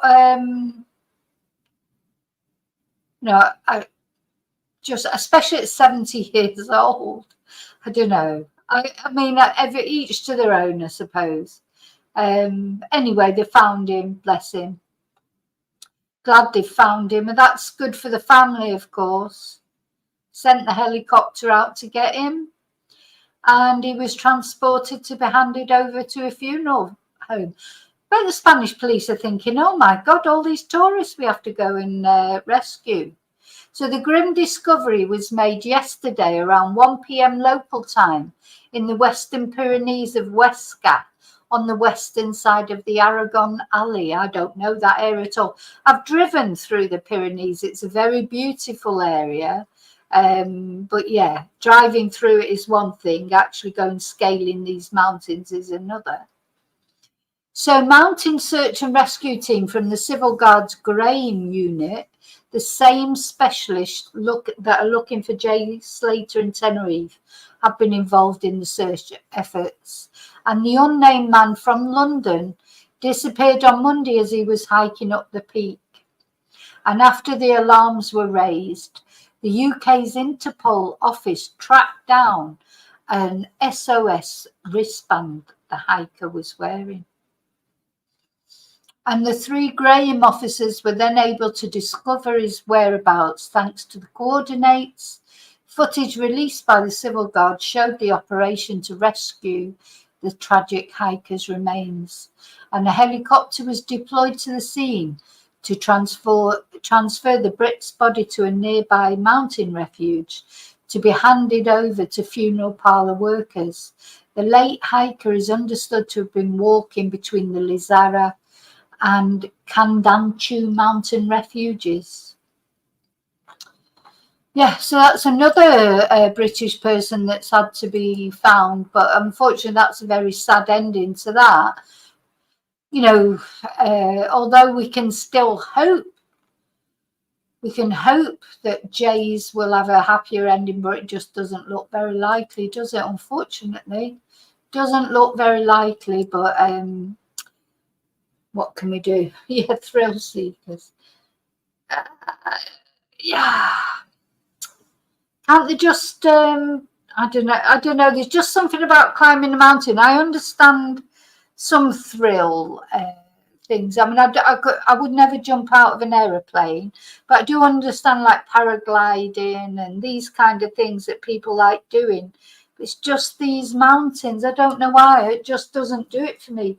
And they do look beautiful, but I'd rather have the woods. God, for me, the you know, the nicest thing for me, whenever I go to the UK, I always have to find some woods and walk through them, and it's just beautiful, aren't they? Especially when the bluebells are out or when it's autumn and the leaves are falling. Maybe that's it. I just like the woods better. I don't like mountains, really. Oh, Rena's just opened a drink. Yeah, I'm not drinking tonight. Oh, and Lady Dog Lover, hi Jean. She's open one as well. No, I'm not drinking tonight. I'm on the agua tonight, but I'm going out for lunch tomorrow. Now, so going on to tomorrow, I will stay on a little bit longer tonight chatting. I'm going to chat about something else. See, now you've opened a drink now, you want to stay on a bit longer, won't you?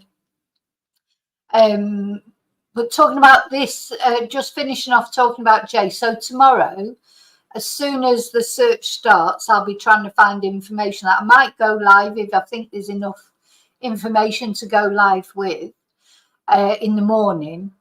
Then I am going for lunch, but it's only be a couple of hours, and then I'll be back. I might have had a little drink by then, and let's just hope that tomorrow will be the day where they get some, where his family gets some resolution. Hi, Desi. No, Charlie, I don't like skiing. I've been once. I like being on the mountain, like, you know, going up in the ski lift and sitting on the mountain and having a glass of wine. I did try skiing, but I've got no balance. I've not skied. You know, I think people who like skiing, they tend to start when they're younger. I was about 39 before I ever went skiing for the first time, and I just didn't have the confidence. I just spent more time on my ass. I didn't like the boots that you have to wear. They feel claustrophobic, the ski boots and everything. So in the end, I just gave up and I just said, look, I'm just, my partner at the time, he was an expert skier. You know, he loved skiing. He was like off on the high slopes and what have you.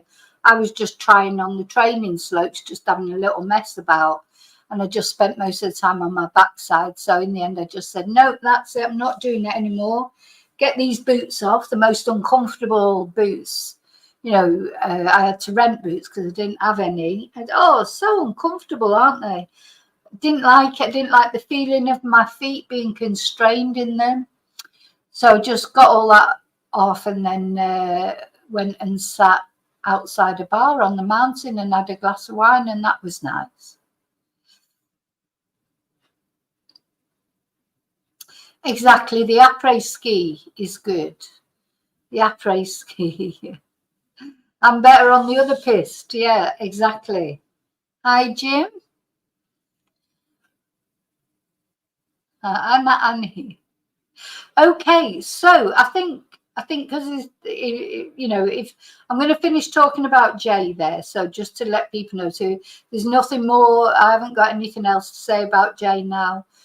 We just waiting for tomorrow now, waiting for this big search and hoping that it brings some results, you know, for his family one way or another. I know that it's probably not going to be good news, but it just can't go on like this, you know. It just needs some resolution for them.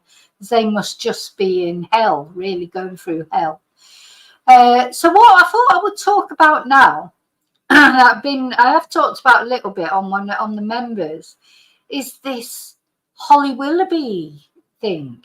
You know, so, you know, the trial's going on at the moment, isn't it, for the guy, Gavin Plum, who I might have a picture somewhere, actually. Let's have a look. So this, of course, is Holly Willoughby. Let me take Jay's picture off. Bless him. I think I'll put I'm not in the mood for twonks today up there. Yeah, I'm not in the mood for twonks any day, really. So this is Holly. Now, Holly is not my favourite person, I've got to admit. So, you know, she's not my favourite presenter. And, of course, this was when she was making that horrible sort of grovelling apology or whatever it was about Philip Schofield. You know, I want to tell a bad joke now. Oh, no, I can't. I just can't do it. It's too irreverent. But anyway, never mind. Forget that. So this is Holly, isn't it? And then, so there's a guy who's accused of plotting to kidnap her, torture her, and murder her. And this is Gavin Plum. And this is, his court case is going on at the moment. And there's been all sorts coming out. Because I must admit, when I first sort of heard about it, I thought, well, is this going to be, you know, something genuine? But it does sound like it is. You know, it's genuinely, as much as I might not like Holly, I would never want any harm to come to any woman, especially a woman, you know, mother, etc. You know, and he's definitely got some problems. He's been plotting to kidnap, torture, and even murder Holly, to slit her throat even. You know, really awful, the things that he's been plotting. So let's have a little recap of what's happened so far in the case. Hang on. So probably a lot of you know about it. Maybe you've been following it on the news.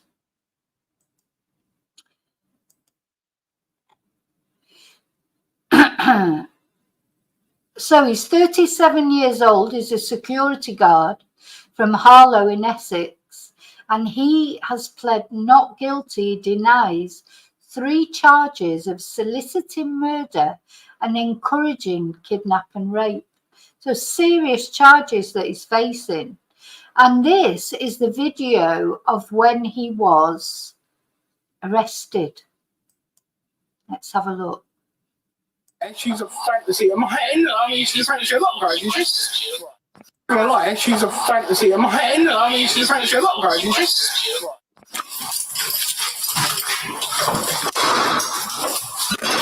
Police! Stay where you are! Do not touch anything! What's going on? What the hell is going on? Listen to what my colleague has got to say. Right, you're under arrest on suspicion of conspiracy to kidnap. You do not have to say anything. What is going on? Listen to what you're about. Mention one question, something which relates to line for anything you do say may be Can you tell me what you're talking about? You're getting new, babe. Alright.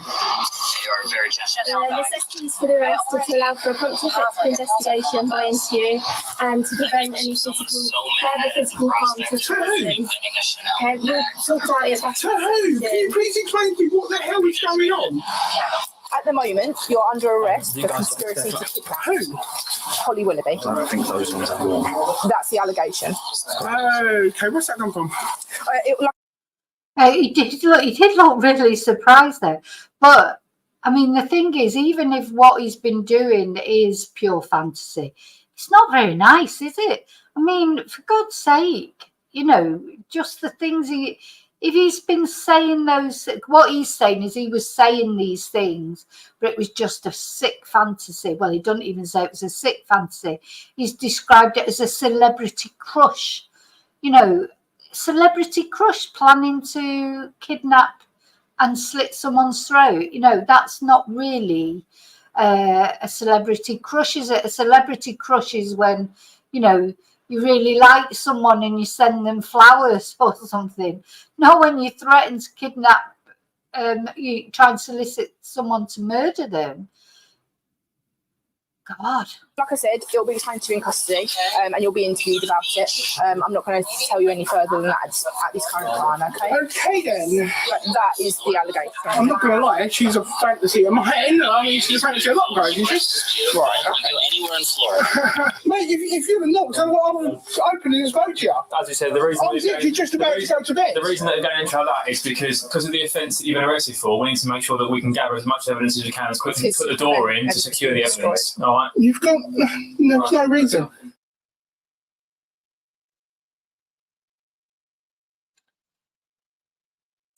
Now, I'm not going to lie. I think what you can safely say about him is, like, as you said, David, he is pathetic. That doesn't, you know, you can't, I can't feel sorry for him because it's just so horrible, the things he said. Let's watch this video one more time. You just, what, do you know, I'm speechless. It takes a lot to get me speechless, but I'm at one of them points where I just don't know what to say. Because this guy, why would anyone even have these thoughts and have these discussions? It reminds me of a case, there was a case in America, wasn't there? Was a policeman who was talking about killing a woman and eating her. Anyway, he was found not guilty because he said, oh, it was just a fantasy, and he never had any intention of doing it. And you know, it was found just, I know people say stupid things online, I know that, but there are some things that you would never say.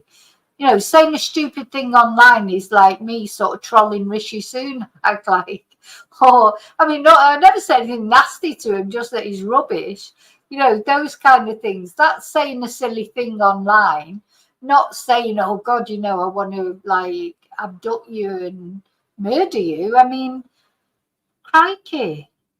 She's a fantasy of mine. I mean, she's a fantasy of a lot of guys, isn't she?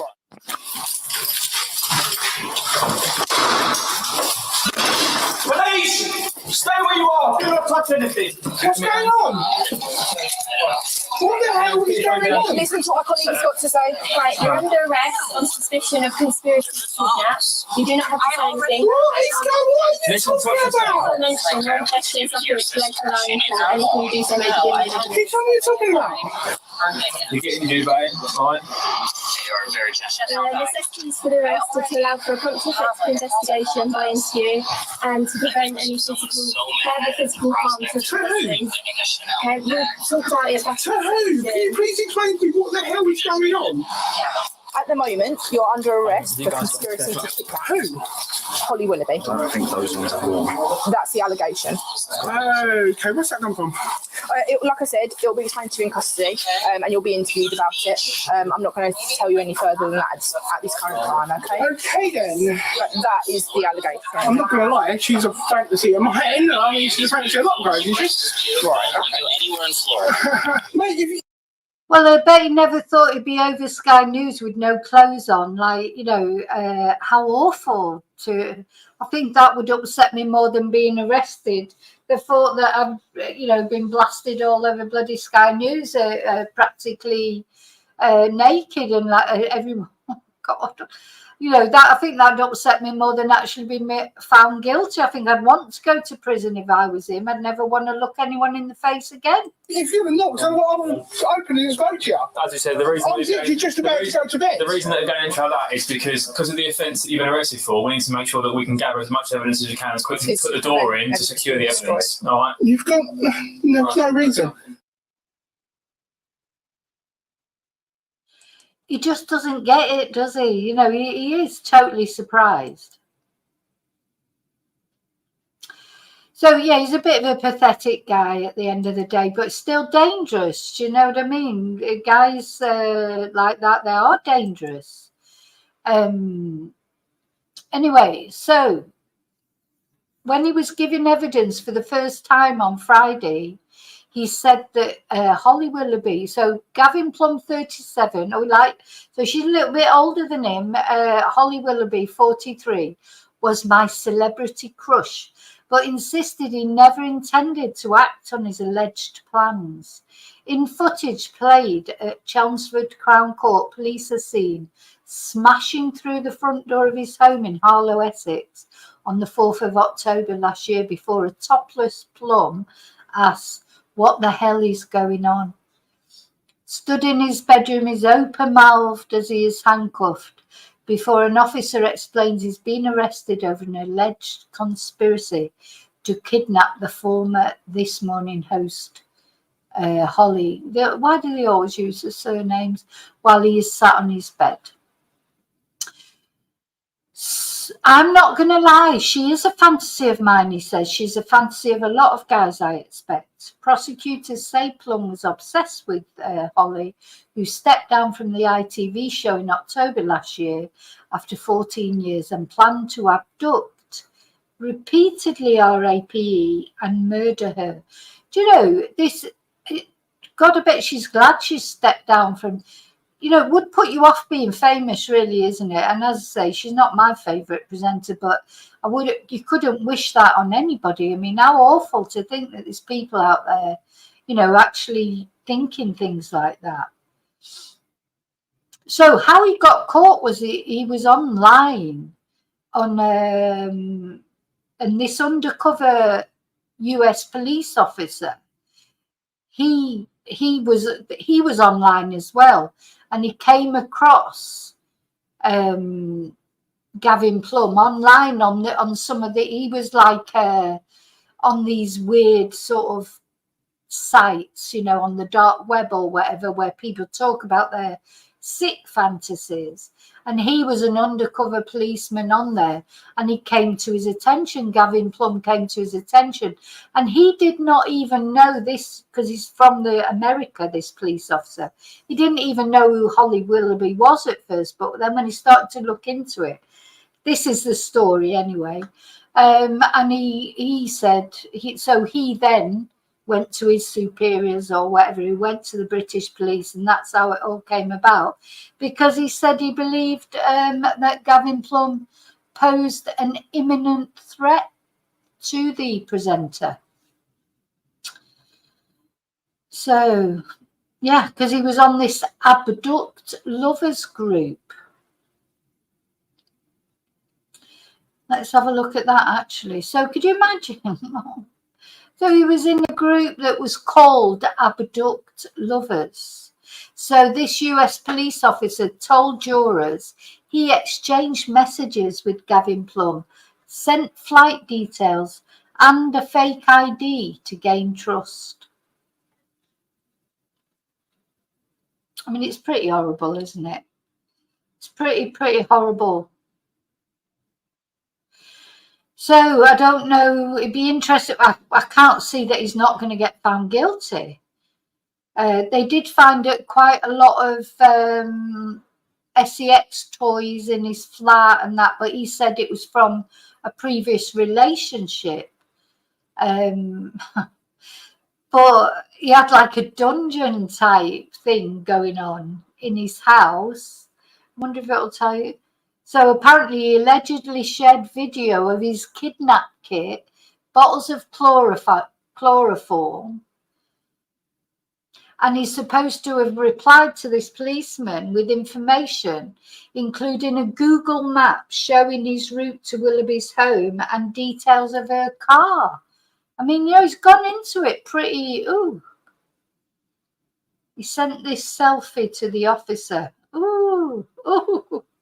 Oh, God, that's made me go cold. So he said he had chloroform. He sent his abduction kit, and he said it was quite alarming. And the witness told the court he asked Gavin Plum several times, Was this plot fantasy? And he replied that it was not. State of his dimensions.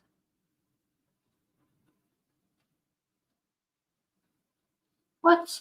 So, defence barrister Sasha Wash, KC, asked if Plum's obesity and the state of his dimensions, I don't know which dimension she means, she might be talking about his button mushroom, I don't know, as well as his ability to drive, affected the credibility of his plan to break into Holly's home before jumping over a wall to escape. Bearing in mind that Holly lives there with her husband and she's got children. No, it did not, replied Nelson. And Nelson said he also asked about where he lived and worked, all the while feeding it back to the US authorities. So it'd be interesting to see what this verdict is and what the sentence is. So apparently on the 4th of October 2023, there was a meeting with the FBI and the Metropolitan Police representatives where he shared his intelligence. And the court also heard that Plum had told police during his arrest, I'm not going to lie, she's a fantasy of mine.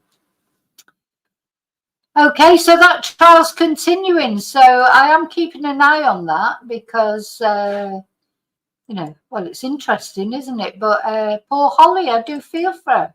Must be horrible. Must feel absolutely horrible.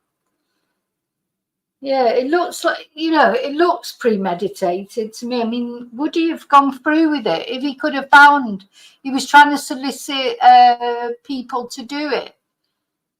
Would he have gone through with it if he really would have found people? I mean, he had the map, he had, you know, just awful, isn't it, really? Yeah, Charlie, the state of his dimensions. Charlie, you are funny. Humpty Dumpty would have had a great fall, escaping over Holly's wall with his dimensions. I know we shouldn't laugh, really. Well, we can laugh because she's fine. He's been arrested. He's been stopped. Holly's fine. Everything's okay. So we can laugh. We can laugh. But of course, it is serious. It is serious. Oh, dear me.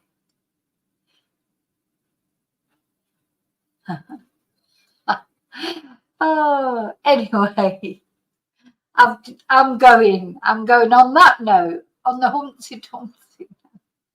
Oh dear, I've just got visions of him, and he does, bless him, he does look like Humpty Dumpty.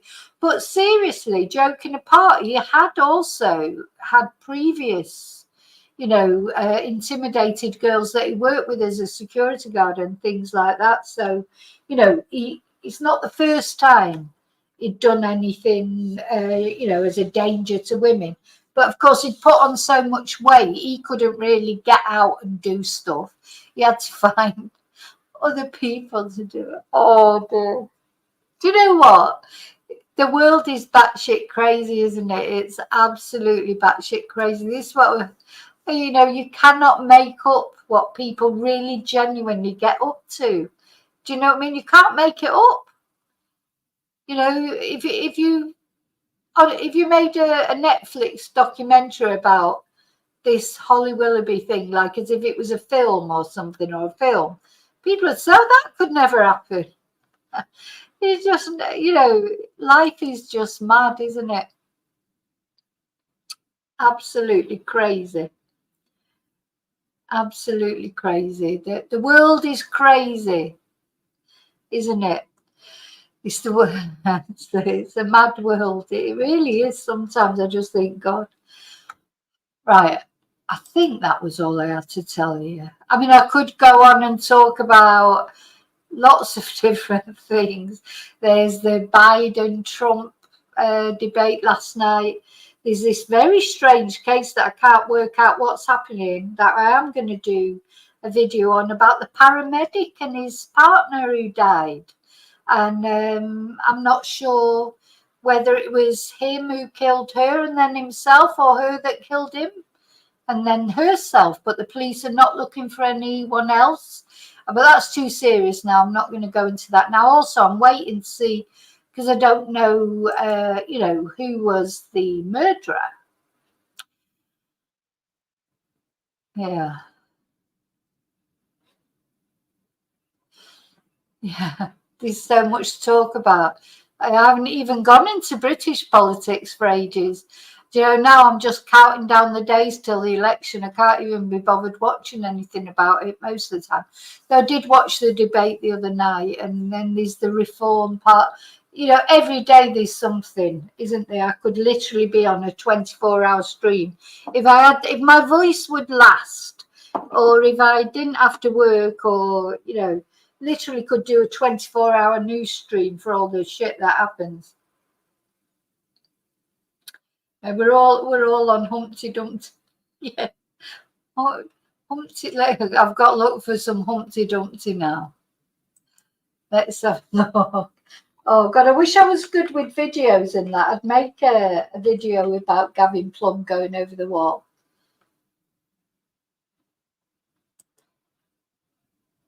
Yeah, what is it? Humpty Dumpty sat on a wall. Humpty Dumpty had a great fall. All the king's horses and all the king's men couldn't put Humpty together. Oh, oh God, I need to make a song out of that. You could make a song out of it and put Gavin Plum in it. Humpty Plummy sat on a wall. Humpty Plummy had a great fall. All the king's horses and all the king's men couldn't put Plummy together again. Oh dear. Oh. And she's got security guards as well. Well, she has now. I mean, she didn't have security guards before. She's certainly got them now. Let's look for some pictures of Humpty Dumpty.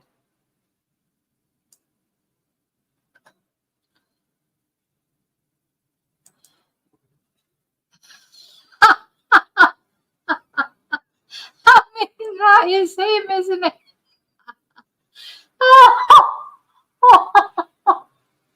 That is Gavin Plum. That is like, it could have been designed on him, bless him.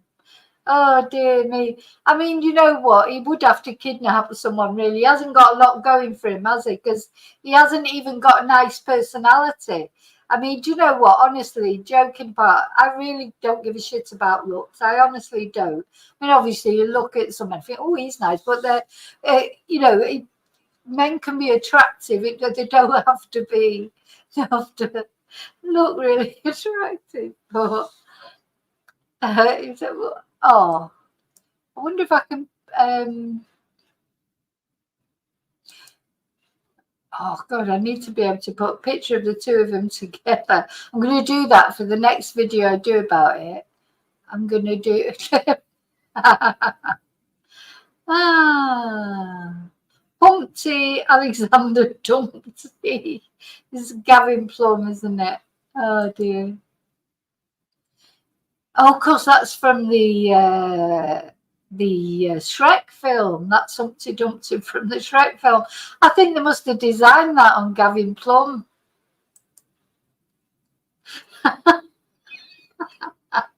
That's the photo fit. That's the photo fit of Gavin Plum when they were looking for him. That was the photo fit that the police released. Oh my God, I think I need to drink more water. I'm feeling all giddy. I think it's the heat. Oh dear, bless him. Bless him. Poor Gavin. Well, you know what? If he goes to prison, he might get women writing to him, you know, because you always get these silly women that write to people in prison.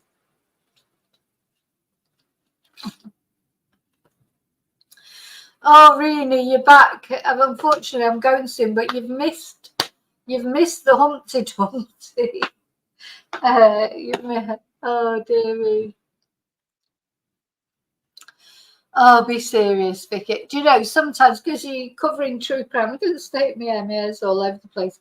It's too hot. It's too hot. That's the trouble. God, my hair's just like, in the summer, look, it's bleach blonde. You can't, it just goes so blonde in the sun. And then it tries to go curly because it's humid. So you just can't do it. I hate the summer for my hair.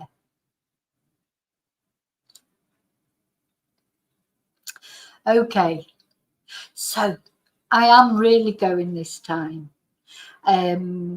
Let's hope some good news tomorrow. The good news will be bad news, but at least let's hope some resolution. I'll be back in the morning now. All sleep well, or have a good evening, or have a good morning, because I know for some of you it's probably morning time or different time. But take care, look after you, because you are the most important one. Sorry, I can't get the Humpty Dumpty out of my head. And I'll see you really soon in the next video. Don't forget to like. Please think about subscribing if you're not already subscribed. And yeah, until I see you again, may your God go with you. And yeah, well said, Rowan. Prayers for Jay. Oh, I've got a banner for that actually somewhere. Prayers for Jay. So, see you next time. I'm going to put my little video on for a bit and we can look at... Now, I didn't light a candle just because it's so hot. I know it sounds ridiculous, it's only a candle. But it's so hot now in the evenings. I will light candles in the morning, but... just so hot. Okay, night, night. Till I see you again, may your God go with you. Bye.